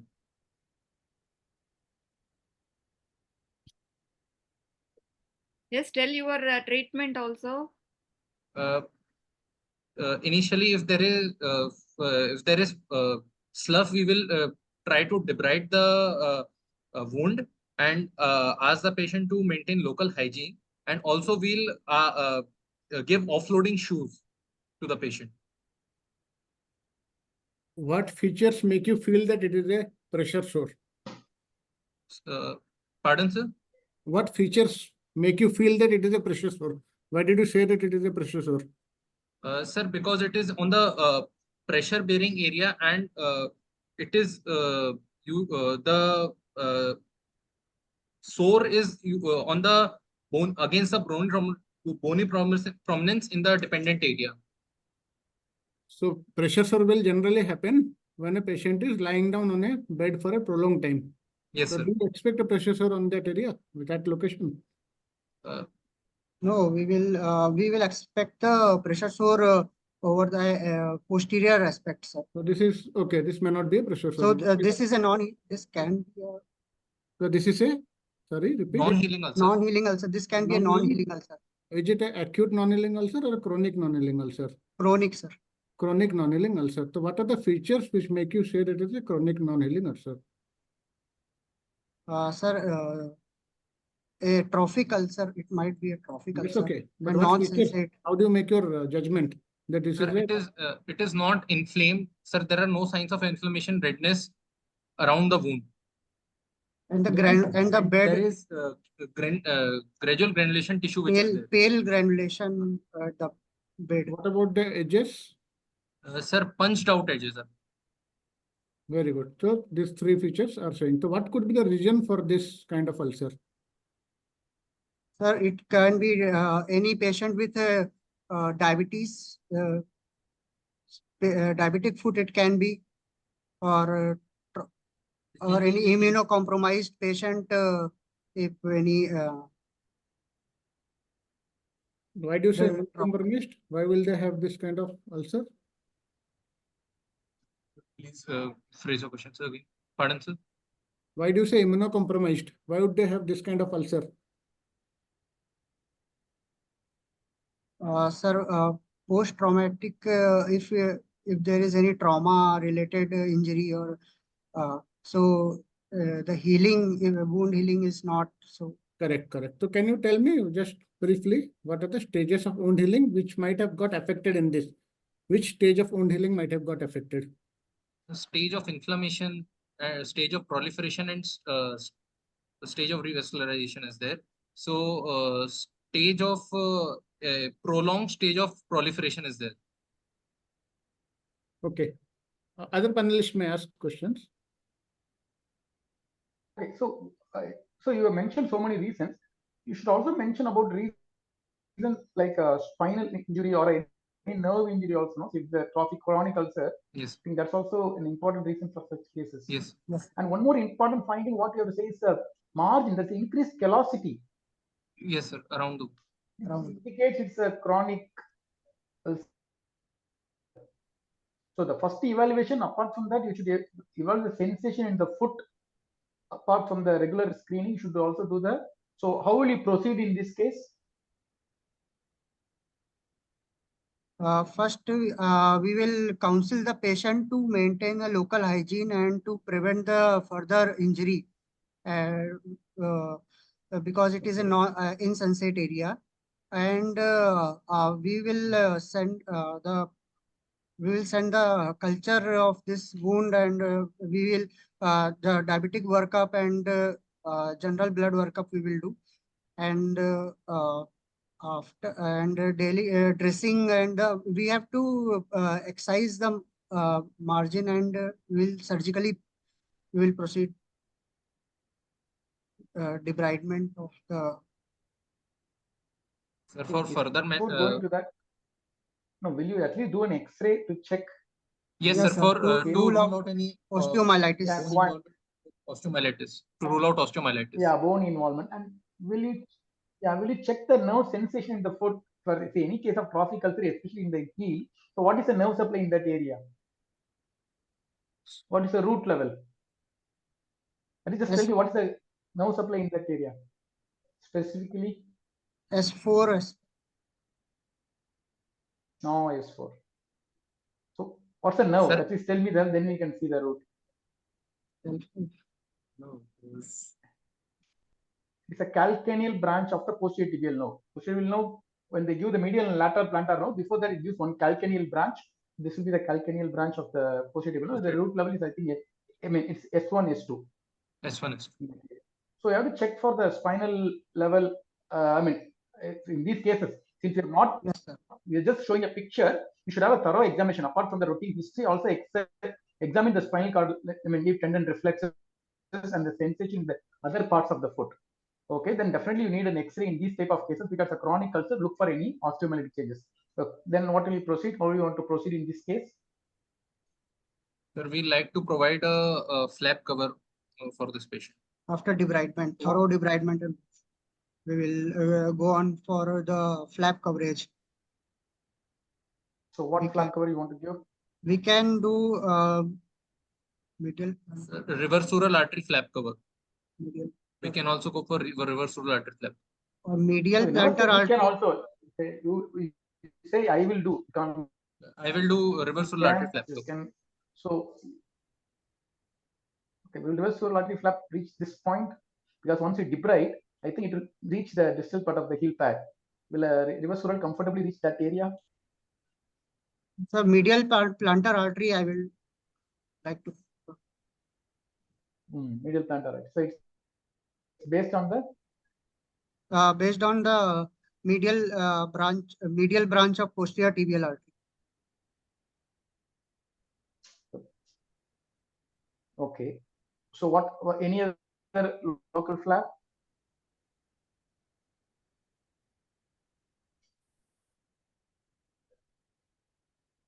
Any muscle flaps in that area? So free local flap. EMS. EMS. Flexor digitorum brevis muscle flap usually comes in that area. So other panelists, please. Is this wound graftable? What is your disagreement with grafting? It can be grafted, sir, but since it is a pressure bearing area, it will be further traumatization in the future, which will lead to unstable scar formation. And again, exposure of again, it will lead to formation of non-healing. If you put a reverse sural also, it is likely to be insensate. Sir? If you put a reverse sural, that was one of your options. Yes, sir. That also is likely to be insensate. Yes, sir. That also can break down. Yes, sir. That can also break down. It's not that graft cannot be put.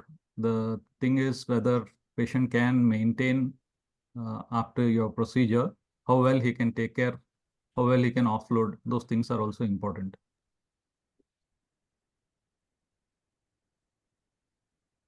How will you improve the dermal component in skin graft? What is the procedure?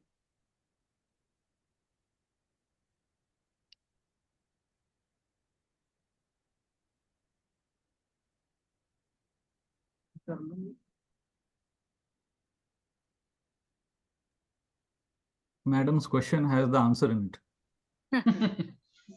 So most of the time the examiner will do thickness. It would be a thick graft. Thick graft. Thick STSG or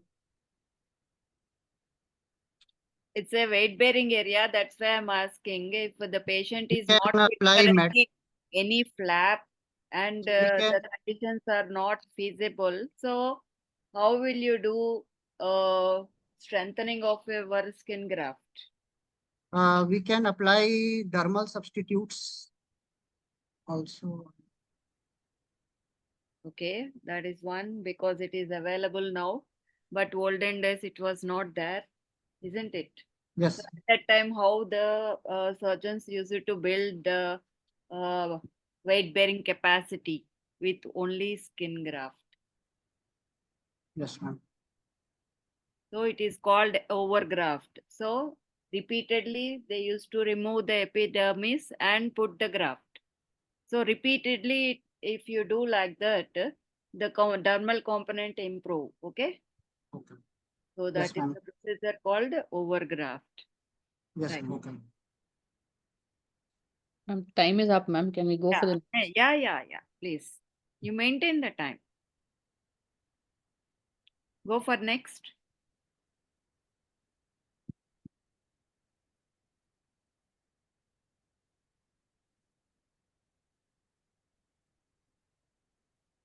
Quick diagnosis.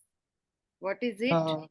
It is a 3D computed tomography CT reconstruction of skull showing the multiple pan facial fractures with Leafold 2 and left parasymphysis mandible fracture and Leafold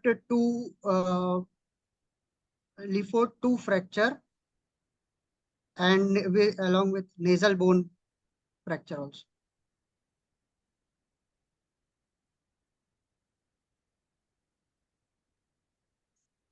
Is it a panfacial fracture? No, sir, it is not. Yeah, sir, it is no, sir, not panfacial. It is involving the middle and lower third of face, sir. What is the definition of panfacial? Sir, ma'am, if all the three levels are injured, if from the level of the root of nose and above the root of nose and up to the and below from the skull vertex up to the level of root of nose, and second from root of level of nose up to the nasal. All are there now. Yes, ma'am. All of three are involved. Then, okay, go ahead. Mandible with one more bone or two, a middle and a lower third, or middle and upper third. All two zones are involved. Then it is called panfacial. Okay. Yes, ma'am. Yeah. Yes. Can you quantify you said nasal bone fracture, it's more than that. Can you quantify it better?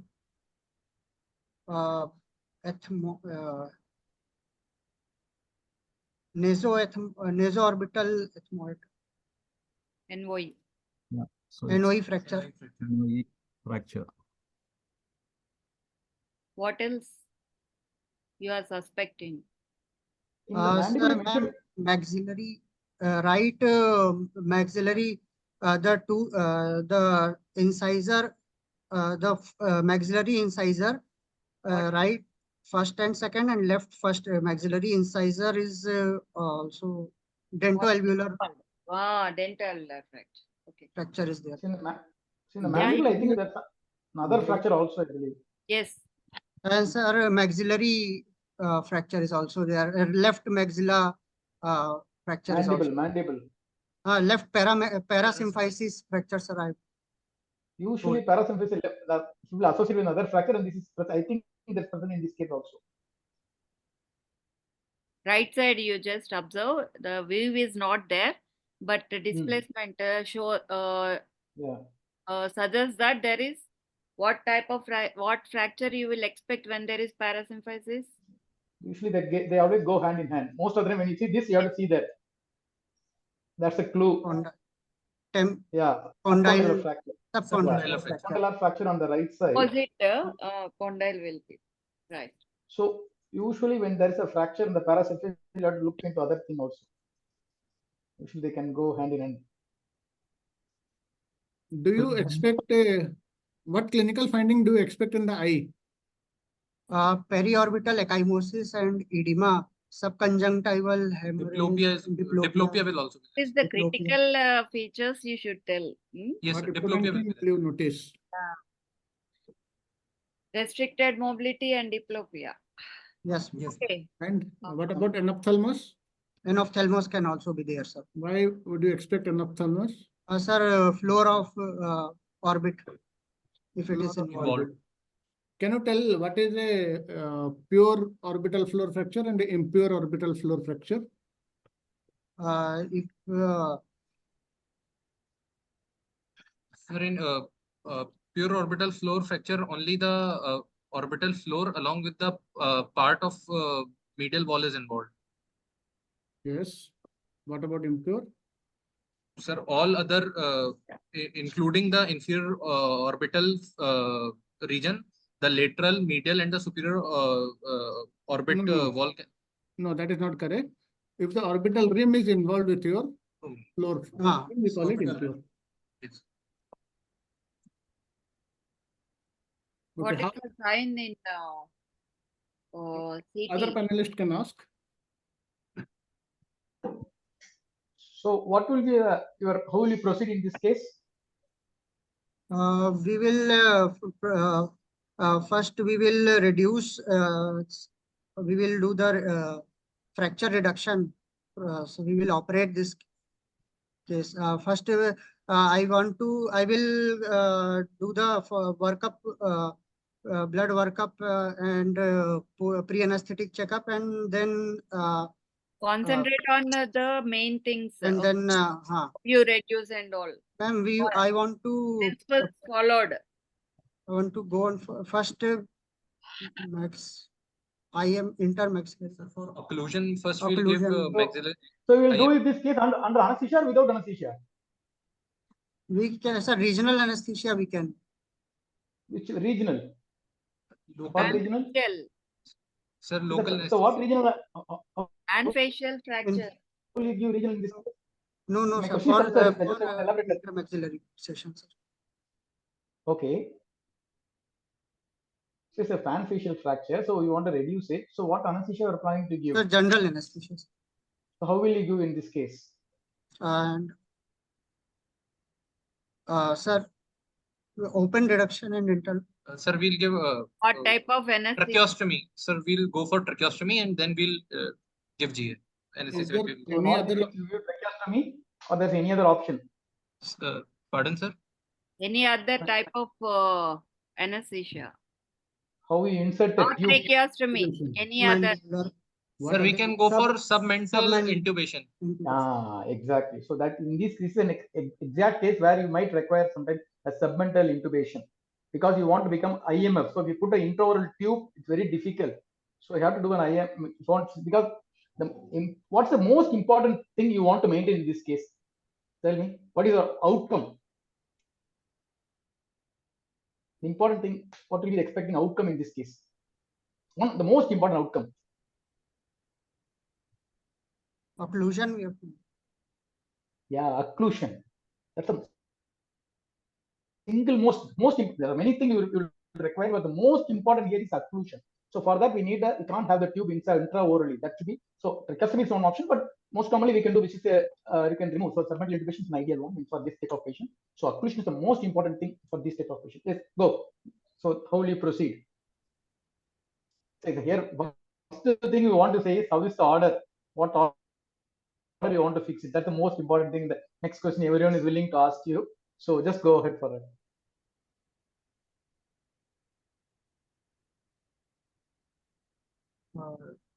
Sir, first occlusion followed by mandible fixation and then for maxillary and nasal ethmoidal region. It's very vague. Can you little bit elaborate? We will also check for condyle fracture and TMJ status. We will also check. So, nasal fracture we will first. Time is up, sir. Can we go to the next one? Okay.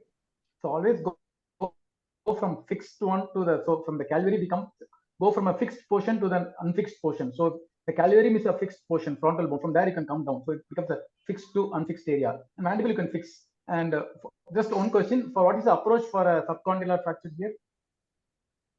Sir, intraoral approach through we'll give the incision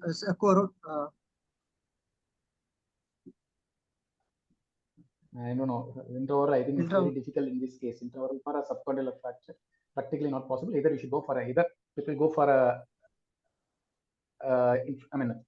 submandibular approach or a preauricular incision. That's the best way to go for it. Intraoral cannot be done for a subcondylar fracture. Next slide. Next session. Yes, ma'am.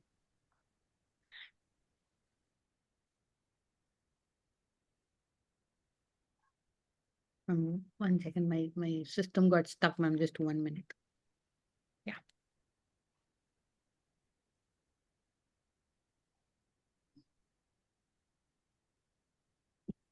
Instruments for liposuction. Liposuction? Or the first? Huh? Only liposuction? No, ma'am. Fat graft. Lipofilling. Lipotransfer. Lipotransfer. So first image is showing the cannula, long cannula with a eye at the distal end. Second image is the images of the connector which connected, and the third are the filters. Fourth is the handle. Fourth is the handle, of the filters. Handle with spring. The injecting gun. Yes. Which they have the pre-filled syringes will be fitted to it and you will inject. Yes. So tell me about how you harvest and how you transfer. Can you describe the procedures?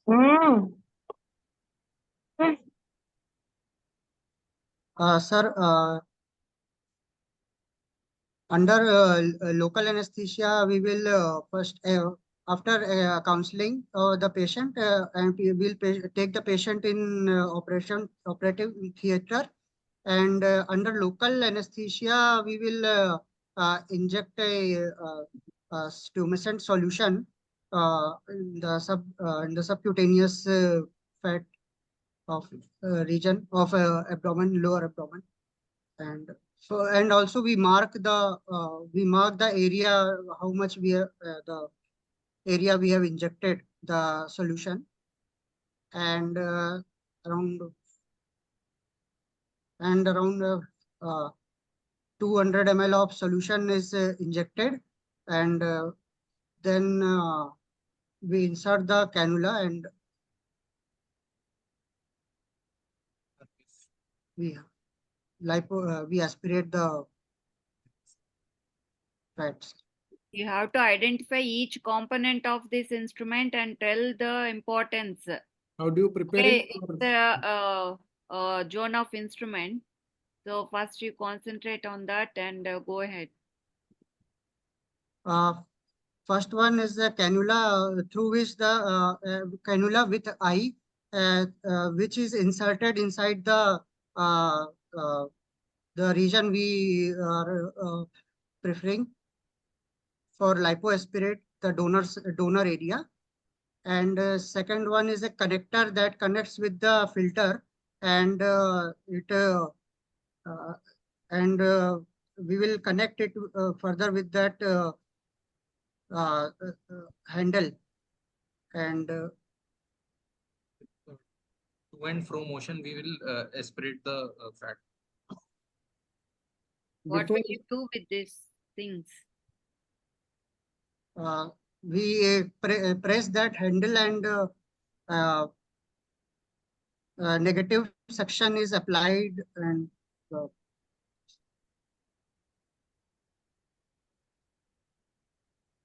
what specific, this filters, any particular specific kind of fat transfer you are doing? Nano fat transfer. Nano fat transfer. So what are the indications for nano fat transfer grafting?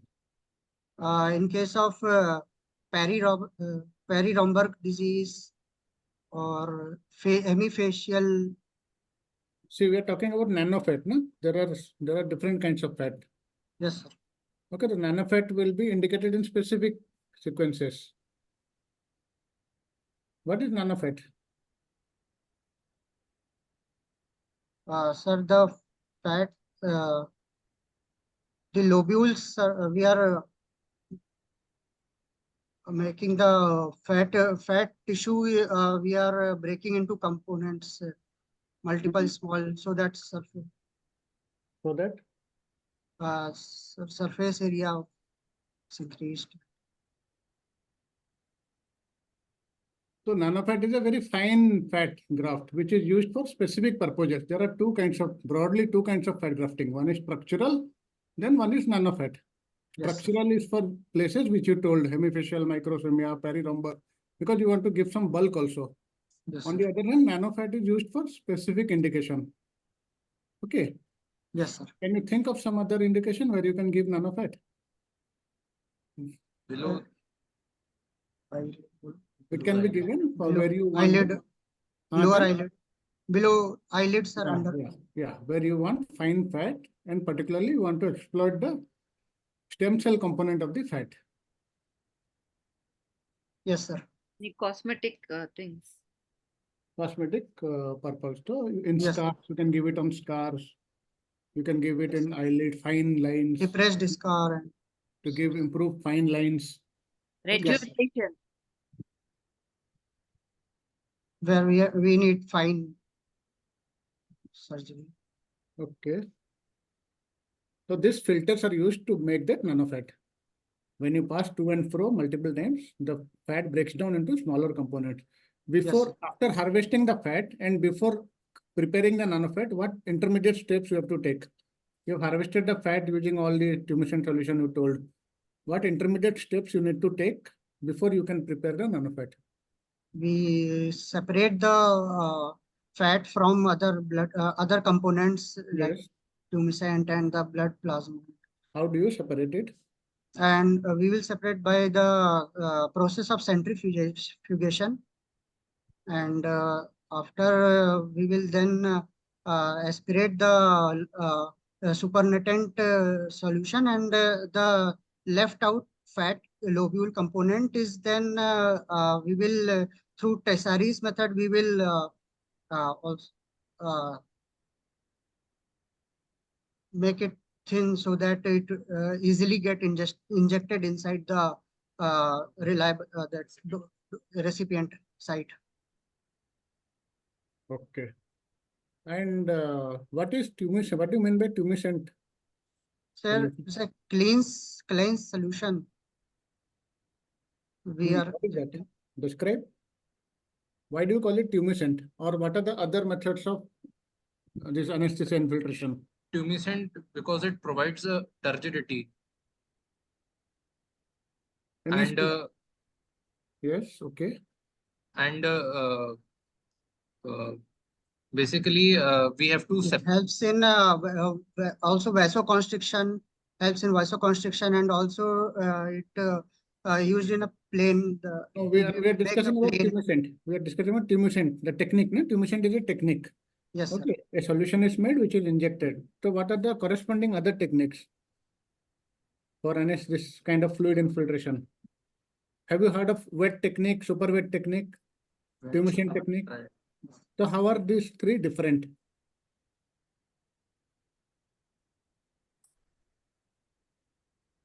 Wet technique is when the aspirate to the infiltrate ratio is 1:1. 1:1. You're planning to get 20 ml of fat, you inject 20 ml of fluid. Super wet is maybe 2:1 or 3:1. Okay, and tumescent is a lot more than that. You are planning 100 ml of fat, you give 500 ml of solution. Yes, sir. Okay, other panelists, please continue.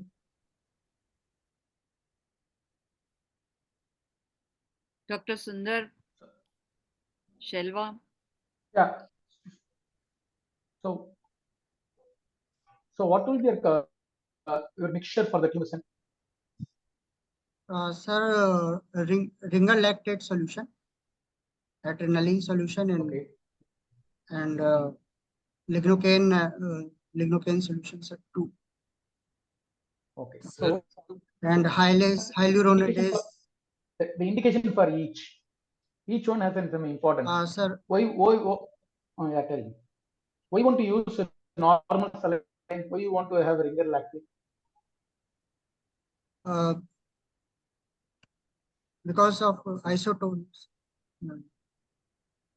Sir, it is a plasma-like fluid and it will get absorbed easily.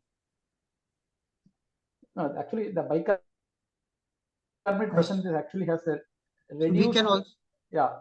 See, when you have bicarbonate, usually the action of anesthesia is better and the pain during anesthesia is much less. You're saying it is you're doing under local anesthesia. So when you use bicarbonate-based solution, the pain during injection is much less and the anesthesia action is better. That's the reason we use. Otherwise, usually what we do is we add normal saline along with bicarbonate solution separately we add. Yes, sir. Such bicarbonate solution we add separately. If single lactate has already a little bit of free mixture. Okay, then why you add hyalase?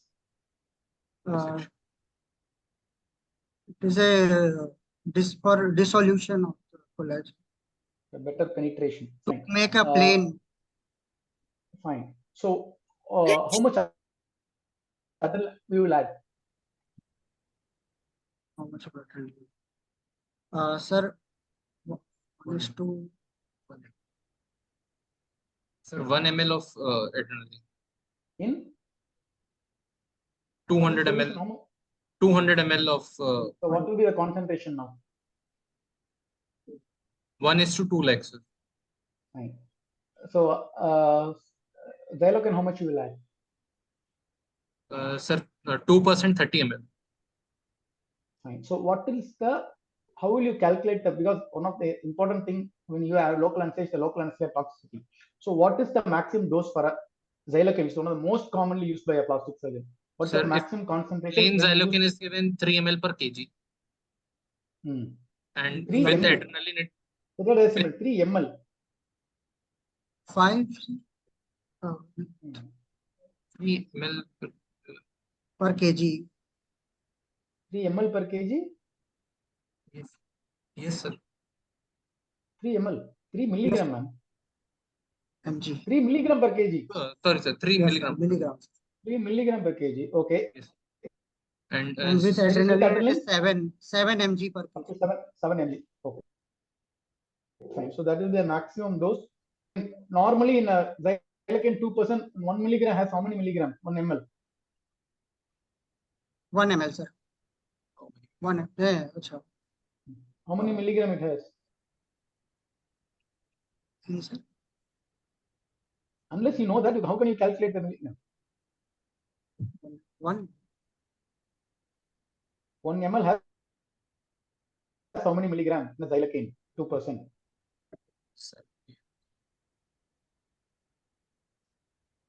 Unless you know that, you can never make a proper mixture. How will you calculate for you know these values right? Now how will you add?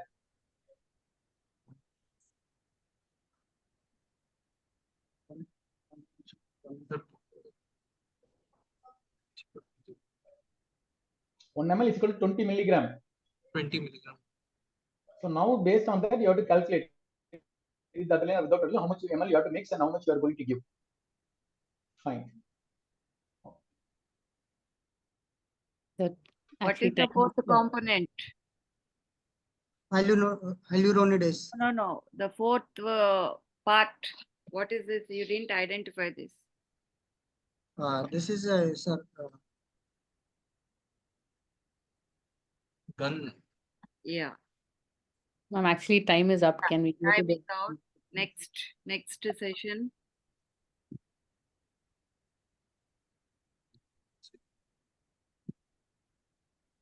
This is option B.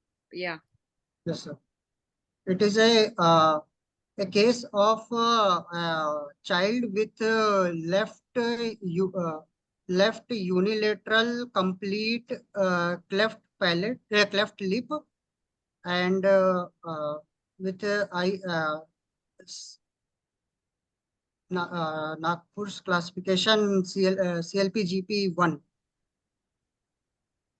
Or it can be the CLP-GP 3 could also be there. I want to do intraoral examination whether palate is also involved or not. And CLP-GP 1A is there because alveolus is it is also involved. And with left nasal deformity.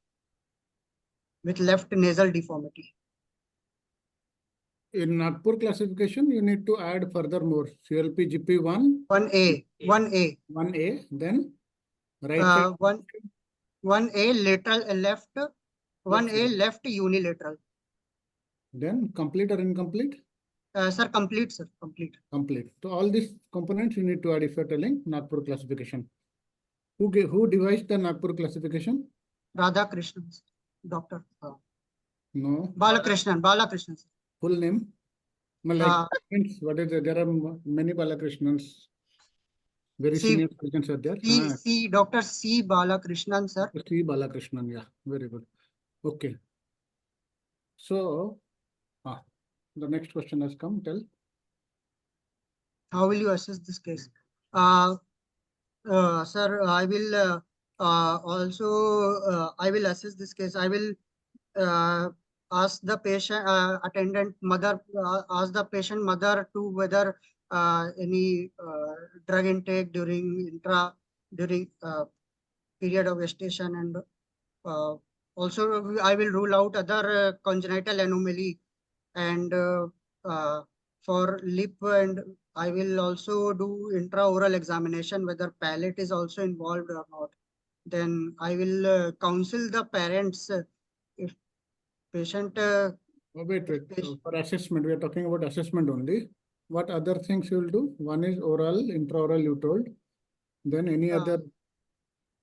Intraoral and Sir, to rule out cardiac anomaly also we'll have to congenital anomalies like cardiac anomaly. Better For 2D echo. If you're suspecting, you told you might be suspecting cleft palate also. What else you want to see? Sir, also I want to do. Do you want to do any ear assessment? Yes, sir. Hearing assessment. Middle ear. Hearing or something else? Hearing. No. Eustachian tube. Whether eustachian tube is. You will assess for otitis media. Otitis media, sir. Any discharge from the ear or bulging of the ear. So you have to take help of your ENT colleagues or you do it on recurrent infection. Okay. Other panelists, please.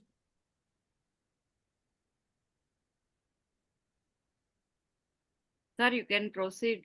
Okay, madam. So, like, this child comes to you, like, on maybe second day of birth, the parents come to you with this child. What will be your plan at that time? Like, how will you deal with this situation? I will, sir, I will explain the patient. I will counsel the patient regarding feeding. Feeding advice will be given. And patient, the child to be placed in upright position in mother's lap. The feeding is given in the posterior aspect of tongue, so that less chance of aspiration will be there. And also the frequent meal with small frequent meal we will advise. Sorry to interrupt. At this moment, we are looking at the lip only. So assuming that child has only cleft lip, then what kind of feeding advice you will suggest? Assuming that lip, we don't know about the palate. So all burping and upright and all is related if there is a cleft palate. Okay, for lip, what advice you want to give? So we will like to go for taping of the lip also, sir. If the width is more than nasoalveolar molding, we will do the. Very good. You will go for taping of the lip. That is taping one. Of the lip. Number two, feeding advice you gave. What other advice you will give?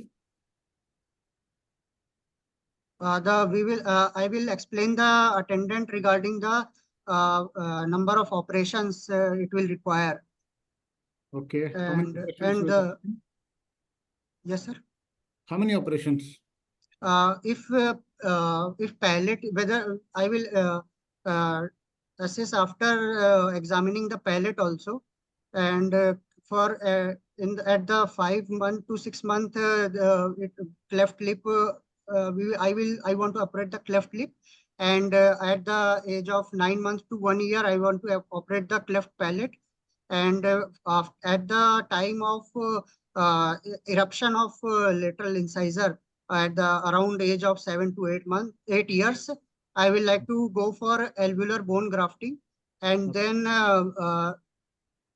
secondary rhinoplasty at the adult when he patient attains 18 around age. Okay, good. Along with maxillary. Right, good. So you decide to do a lip repair around 5 to 6 months of age. Why not earlier? Because anesthetic complication will be there, sir. Sorry? Anesthesia related complication will be there, sir. No. Is it necessary that it will, suppose a very good anesthetist, can you not do it? What is the earliest according to textbook? What is the earliest you can do? Sir, Rule of 10, sir. 3 months, sir. 3 months. 3 months. 3 months. Standard is 3 months. Earlier than that is very depends on a lot of other factors. So 3 months. What factors will decide on the operation? Like we do at 5 months, 6 months, or 3 months. What are the things you will take into consideration? Whether the patient is age should be more than 10 weeks. The hemoglobin should be more than 10 gram per deciliter. Weight should be more than 10 pounds. Okay. So what is this rule known as? Millard's rule of 10. Millard's rule of 10. Okay. So you decided for lip repair. Can you tell what are the principles of lip repair? Sir, in case of lip repair, the vermilion continuity should be maintained. Left, the filtral column should be there. Filtral column should be maintained, and the nose, the LR, the base of columella is also to be maintained, and the white roll. Okay, you are telling right, but are you aware of some criteria based on which we have this principle? Stephenson's criteria. Very sir. good, very good. Can you tell based on that what are the criteria? Whatever Yes, sir, you there are 7 criteria. Okay. Lip, Okay, tell whatever you remember. Tell what are those criteria. vermilion, the white roll should be maintained, and filtral column should be everted, and the cupid bow also is to be. The white roll continuity should be maintained. White roll continuity, filtral column should be there. Cupid's bow should be preserved. And nasal ella, nasal LR. What will happen? The 3 the 3 layers, sir. It should be the layers of the 3 layers. Then continuity. Muscle is most. Then what about nose and nostril? Nostril, sir. The columella should be nostril. Nostril should be symmetrical. Symmetrical, sir. Symmetrical. Nostril should be symmetrical. Nasal floor should be repaired. Repaired. Okay, so these are all the criteria. So what repair would you like to do? I will like to go for Millard's lip rotation advancement. Millard's rotation advancement flap. Right. So what do you feel is the, why do you want to go for Millard? What are the other options available? Yeah, I can also, sir, go for Sir Randall Tennyson lip repair, sir, triangular flap. You can decide whatever you want to take, that is okay. The other option is Randall Tennyson. So why would you like to go for Millard? Sir, Millard is a cut as you go technique, is a qualitative repair, not a geometry. No. Sir, I want, sir, if sir, so we'll just the tissue what are the advantages of Millard? The purpose of question is, tell me what are the advantages of a Millard repair? Millard repair, sir, it is a not a it is a cut as you go technique, and the advancement, the lateral technique, number 1. Then number 2, the how does the final scar look like? Sir, final scar, sir. The triangle will not be there in the lower lip. It will be on the upper near the nose, nasal floor. Okay. What so it is cosmetically better. Good. What are the disadvantages of Millard? Disadvantage is that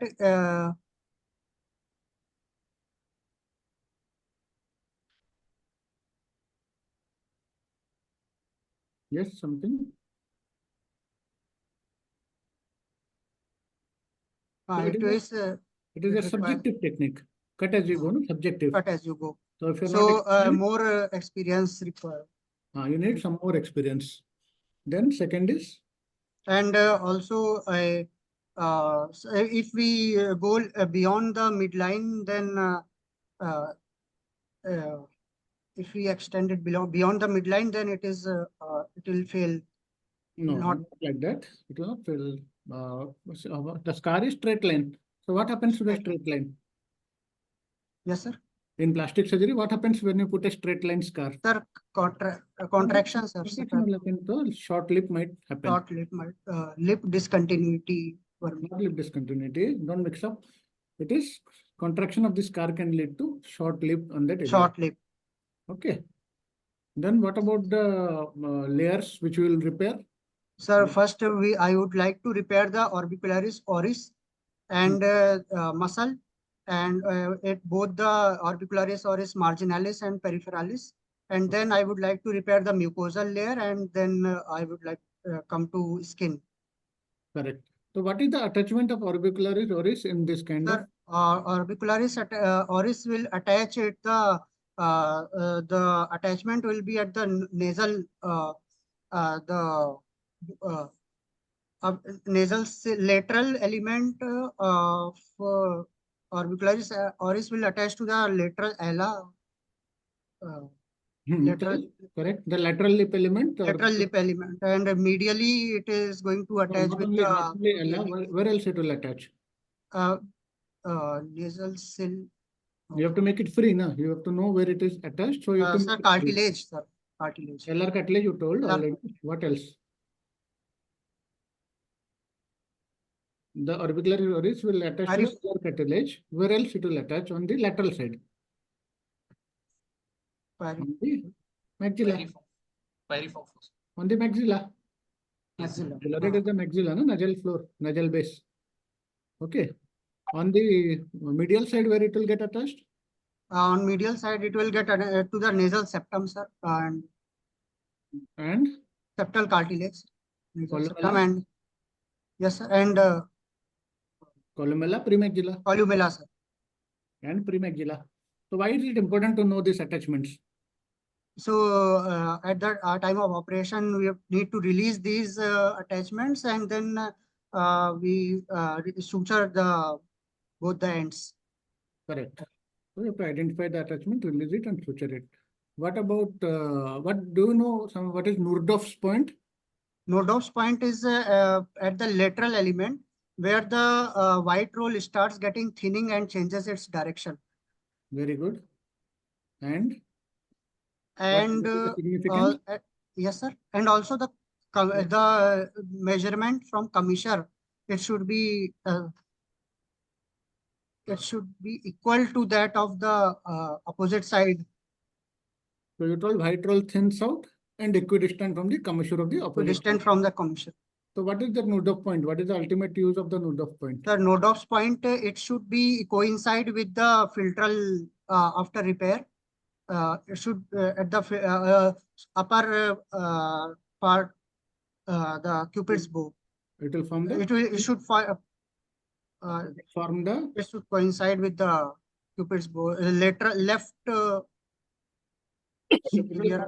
Peak of the Cupid's bow. Peak of the Cupid's bow. Left side. Okay, just to coincide with the peak of the Cupid's bow on the left side. Okay, what is the post-operative advice you will do for a patient who has undergone lip repair? Post-operative advice, sir, for lip repair, sir, the continue taping of the wound should be there. And it should not be dirty, sir, with the with milk. And it should not be dirty while the child is feeding. Then what kind of diet you will want to give the child initially? The liquid diet, sir. Liquid diets. And then? Sir, yes, sir. Then change over to semi-solid or solid? Semi-solid, sir, then we can change over to semi-solid after 2 weeks. Yeah, whatever your institute protocol, you can tell that. Okay. Any other panelists should like to ask, madam? I think I am asking only. So you are the master, sir. I think you are the right person to ask, I believe. Nothing, sir. So then tell me something about Rendell-Tennyson repair. Have you seen that repair? Rendell-Tennyson lip repair is a lower triangular flap technique, and it is a more geometrical technique, sir, where we are measuring we will make a cut over the medial element, sir, and it will pull down at the level of. Okay, so we are taking a triangle on the lower part of the lateral lip element. Yes, so what is the principle of taking the triangle? What does it do?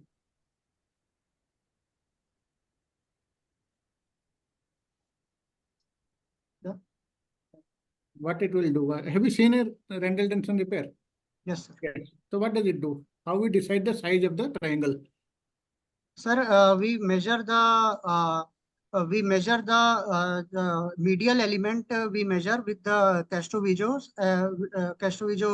caliper, and from that where the mm, and from the Nordops point, we mark the lips, the midpoint of columella, and the lowest point of Cupid's bow on the lateral element, and uh, at the midpoint of columella, and at the That's okay. midpoint of Cupid's No, bow, and all we will do marking, and then we from the Nordops point we make an arc of That's distance. okay. You're telling me the steps. I just want what is the principle? Like, how do you decide on the triangle size? The triangle size of the triangle should be equal to the the triangle side should be equal to the distance between the from the midpoint of difference. the line Difference joining of the normal. The difference between the normal lip and the medial element of the cleft lip. You take the difference. Whatever is the height difference, that is the triangle that will come from the lateral lip element. Okay. Yes, sir. What is the name given to that difference? You have to calculate, isn't it? What is it called? The name given to that difference of the filtral column length. Have you heard of drop? Yes, ma'am. Drop. Drop, yes, ma'am. The medial element, sir. Yeah. Sir, please proceed. Actually, time is up for this. Can we go? No, let him complete it. Okay. Wants to, yeah. Then I think just one more thing we can discuss is that during anesthesia, what kind of position do you maintain? And sir, I would like to place the pillow in between the two shoulder blades, and the neck in hyper extended position, so that the eye would coincide with the wall of the ceiling, the back of wall. I should be parallel to the back of wall. No, it should be slightly extended. You're doing lip only, no? So slightly Okay, sir. extended. Yes, Palate, sir. you're not in palate. And what Yes, is the sir, yes. name of the tube? Specific. RAE, sir. Ring Elder Elvin tube, sir. Very good. South pole facing. Okay, madam, I think. Yeah. Next session, Nikita. Yes, ma'am.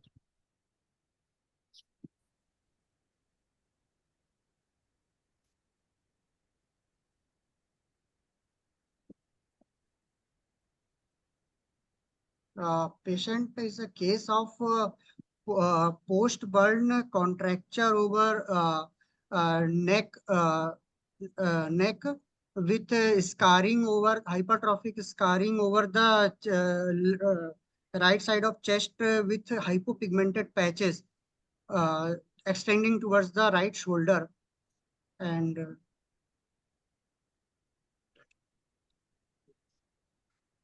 it is a type 2. It's not only on the right side, it's actually in the midline and even little bit midline, and even it is crossing the midline yes, sir, towards the left parasternal.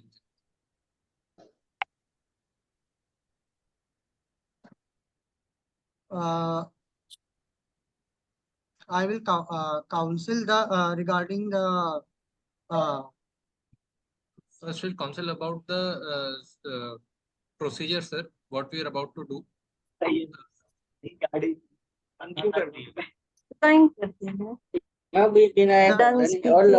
Counsel. Hello. I will counsel regarding the operative procedure in this patient, and the post-operatively the position should be maintained for a long time. So this the patient should be sound-minded, and he should he will be in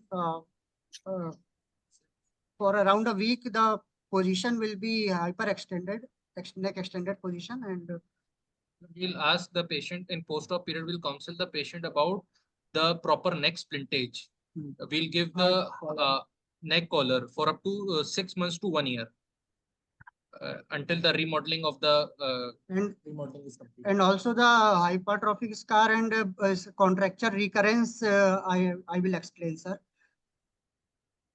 And whether also I will ask the patient whether he want to get operated for the contracture and also or want to get operated for the hypopigmented scar.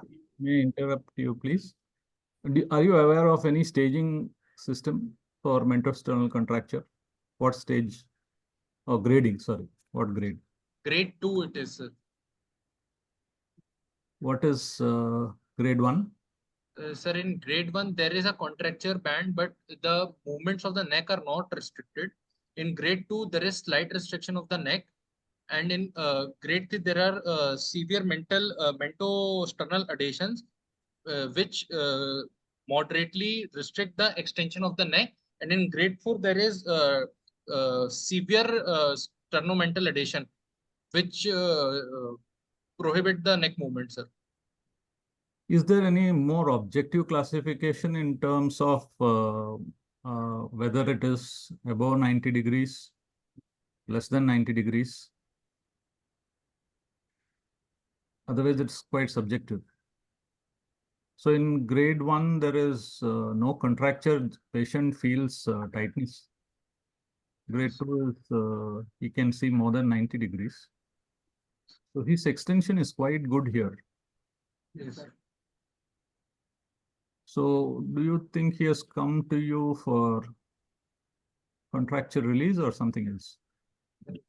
Sir, for hypopigmented patch and the hypertrophic scar around the right side of the neck. These are the three components that patient can is asked about whether what he wants and counseling. Yeah, so that is important. What the patient wants, you have to find out.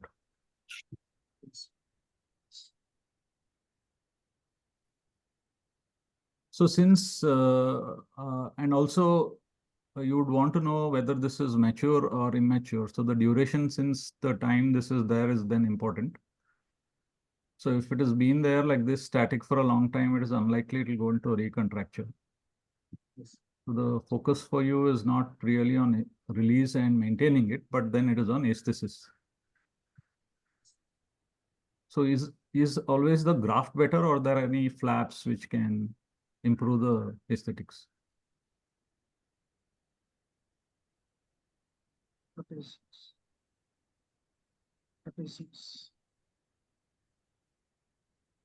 So which will be better in this case? That's what Sir asked. So what are the options and what are the advantages and disadvantages of each one? So labs we can use this. Sir, graft can be suitable for the neck region, sir. Okay. Whereas for the chest?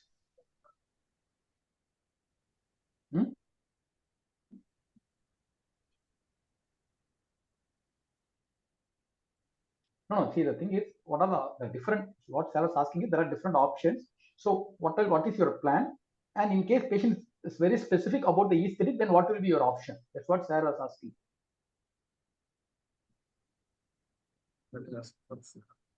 Flaps. If flaps. Trapezius smile. No.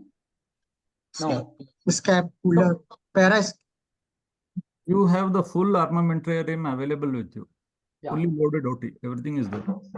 It can be a pedicle, free, whatever thing. So what is the options in this case with the flap?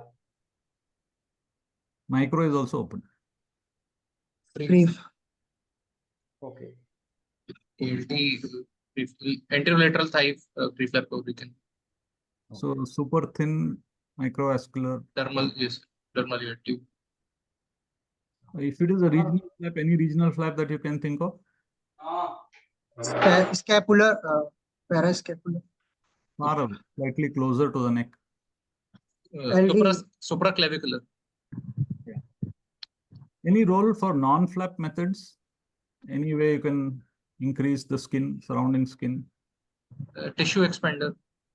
Yeah, it's a good option in this case. So we can specifically target one area and keep a expansion and then use that. See, that's what as he said, what the patient exactly wants. He wants only for the contracture. As I mentioned, the contracture is not much in this case. It's more of a minimal contracture with more of an unstable scar in the chest wall. So what the patient exactly wants. So he wants only for the neck or the entire thing. So based on it, because in this case, just releasing a little bit of contracture is not going to, because for him the much bigger problem will be the thick scar in the chest wall. He might be definitely worried about that. Yes. So for that excision, we have to do a good aesthetic cover. So you should have all the possible options in organ maintain 1, 2, 3 with the advantages of each, which you have to explain and you have to plan for everything. So in case you are using a free flap here, which vessel you can choose? There are many options, but still I'm asking which vessel you can choose. We can choose neck vessels. Okay. Neck vessels. Okay. Others? Other we can also choose thoracoectomy. Yeah. Thoracoectomy. Yeah. So thoracoectomy supplies which? Pectoralis major. What? Pectoralis major. Okay, fine. That can be used. And one more we can use is the internal memory also can be used. Internal memory. Just lying below it. So these are the options. So you can just have, and an expanded flap will give a better outcome. And a free flap with an expanded free flap might do because the skin will be much thinner, and also the donor set can be closed primarily. And Sarah was asking, apart from that flap, what other options you can consider? Suppose the patient doesn't want a free flap. What are the other options that can be considered in this case? Incisional release and STSG cover. Thick STSG cover. And or Yes. tissue Then expansion. Next other option. Also we can Other. the dermabrasion, hypopigmented, both all keloid, intralesion. No.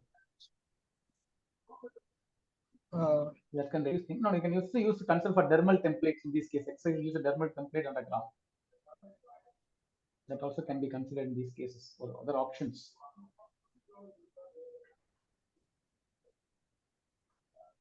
And one more important thing after all these things, especially when you're using a graft or a dermal template, the post-op scar management is very important. Yes, massage using a silicone gel sheet and a proper scar massage, and the neck posture should be maintained very specifically in these cases.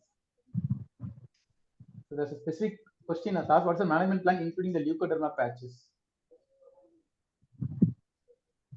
Tangentially excise we can, and or we can do dermabrasion, and then we can put thin STSG.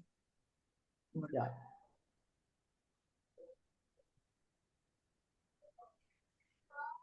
Post-operative care and follow-up discussed. Can ask any procedure for operative session. Time is over, Likita.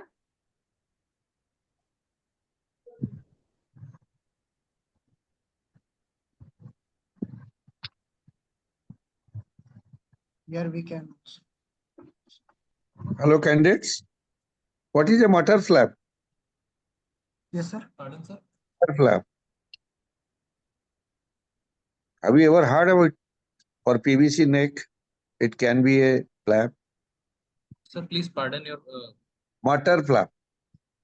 quarter. Mutter. That's something like cervico-humeral flap.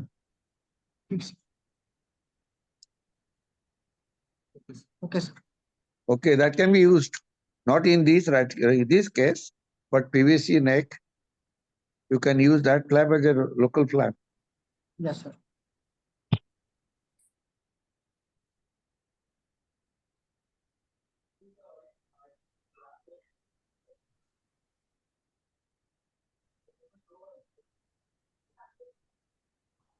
Panelists can ask any specific operative procedure.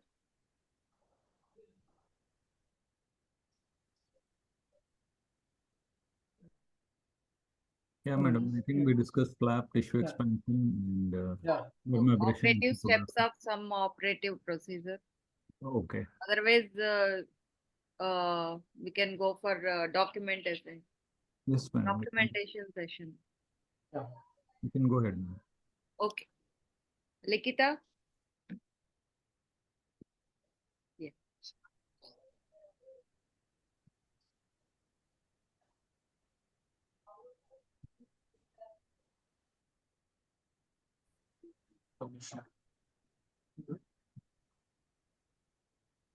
Srivads? Yes, ma'am. Yeah, go ahead. Yes, ma'am. How will you document? How will you, what all documentation? Ma'am, there is in the given picture, ma'am, there is loss of upper lip along with the oral commissures and loss of tip of nose, septal cartilage, bilateral ala, and part of dorsum of nose.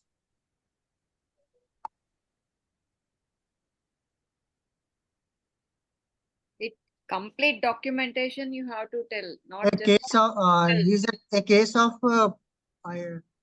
it can be ma'am post assault, post traumatic sharp injury. Anything Sharp else you want to look for? nasal bone fracture or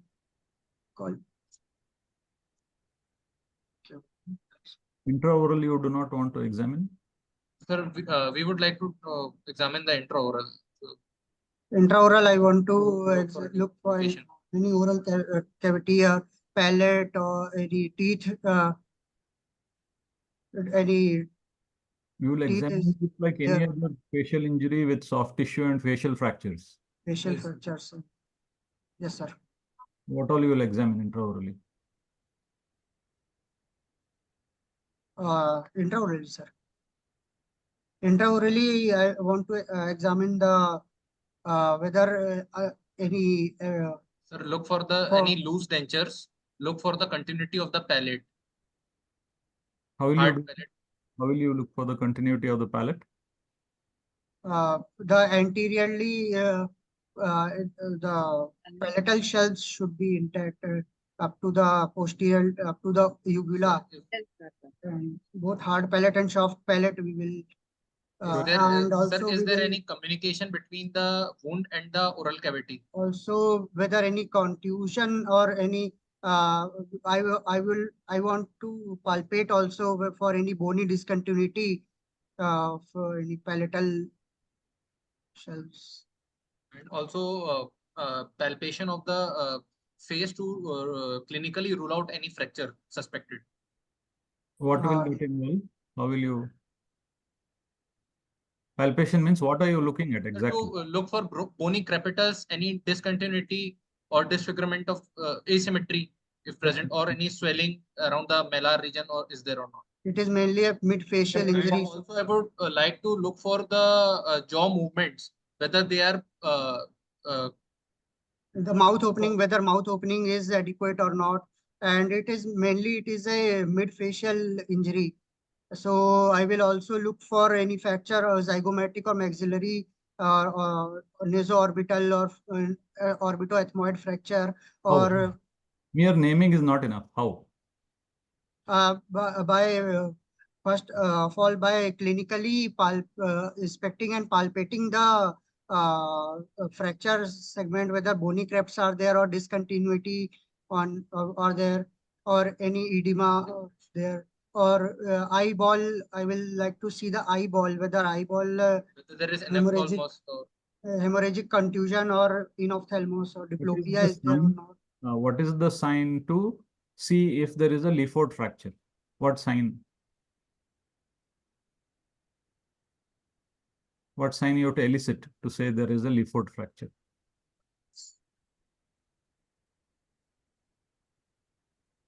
That is maxillary rock. How will you elicit if there is a maxillary rock?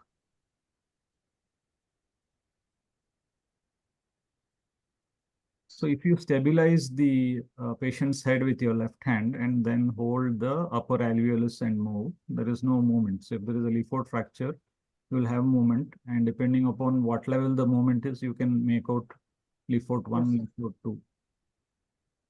Yes, sir.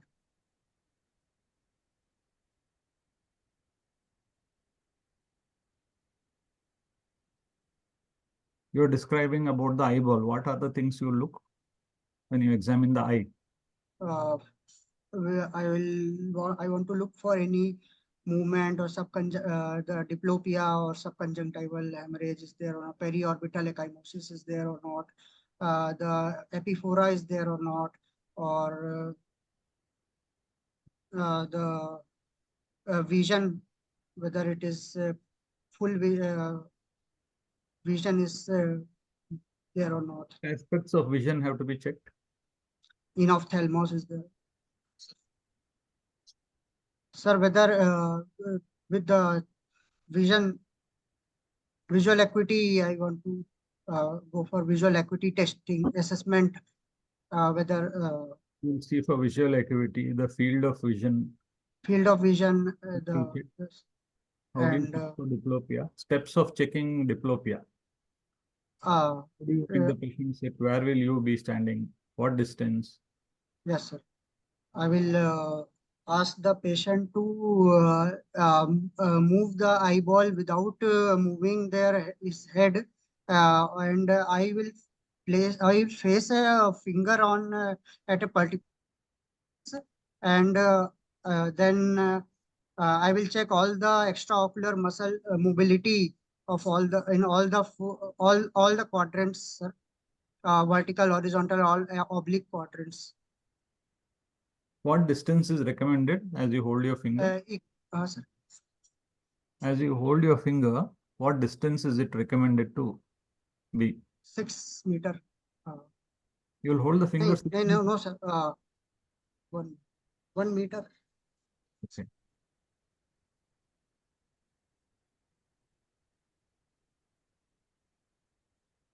Madam, is that what the session was about, or is there anything else? Suppose you are. Have they mentioned MLC making? That I want to ask. What in particular MLC? What particular term you will add for this kind of injury? For documentation. We will do MLC. We will do the put the medico-legal case number and whether history given by the patient or by the attendant or the marks. Particular term you would like to do for this kind of injury? Yes. What steps you will go ahead? Even the stages, everything you have to explain and document, isn't it? Yes. So what will you do? Yes, so you have to mention about the patient consciousness, alcohol, breath. Whether patient is they have mentioned time of loss of consciousness. When the patient will come, we'll ask for the MLC of the patient. Yeah. And then we'll take the history, whether the history was given by the patient himself or the patient's attendants, that we will document. Yes. And what is the mode of injury, whether it is an assault or it is a post trauma due to any other road traffic accident or any other homicidal or suicidal or post assault or accidental, it is, or self-inflicting, but that is less common. And whether the patient was oriented at the time of incident or not. Whether patient is brought by whom, and whether whether he is the relative or anybody else, or and the scar and the any scar marks over the body, so to identify the. Will you call this injury a simple injury or a grievous injury? Grievous injury, sir. What is grievous injury? According Sir, to sir, there is a nose is also nose is also lost, and the facial disfigurement is also there. So that's why this is considered as a grievous injury. Facial disfigurement along with loss of lip, sir, and nose, that will compound for grievous injury. And if there are any fractures, so that will also go for in the case of grievous injury. And if if a patient is requiring 20 days or more hospital stay, ICU stay, then also it will considered as grievous injury. Right. And if any ocular vision loss is there, then also. Correct. Loss of one tooth also should be considered as the Yes, impairment. tooth. And also we will rule out other injuries. Yeah, correct. So all these things you need to document, and clinical findings, and what to be done for the patient, stages, all those things. So this comes under documentation. So this in documenting the nasal, loss you just mentioned, I have to mention very specifically. I think as a plastic surgeon, Yeah. Can't just mention the tip of nose. Yes. Say the tip along with the cartilage, nasal tip, and the ala, and the anterior septum, columella, then philtrum, then the entire lip with the vermilion. So everything should be, because as a subunit you can mention.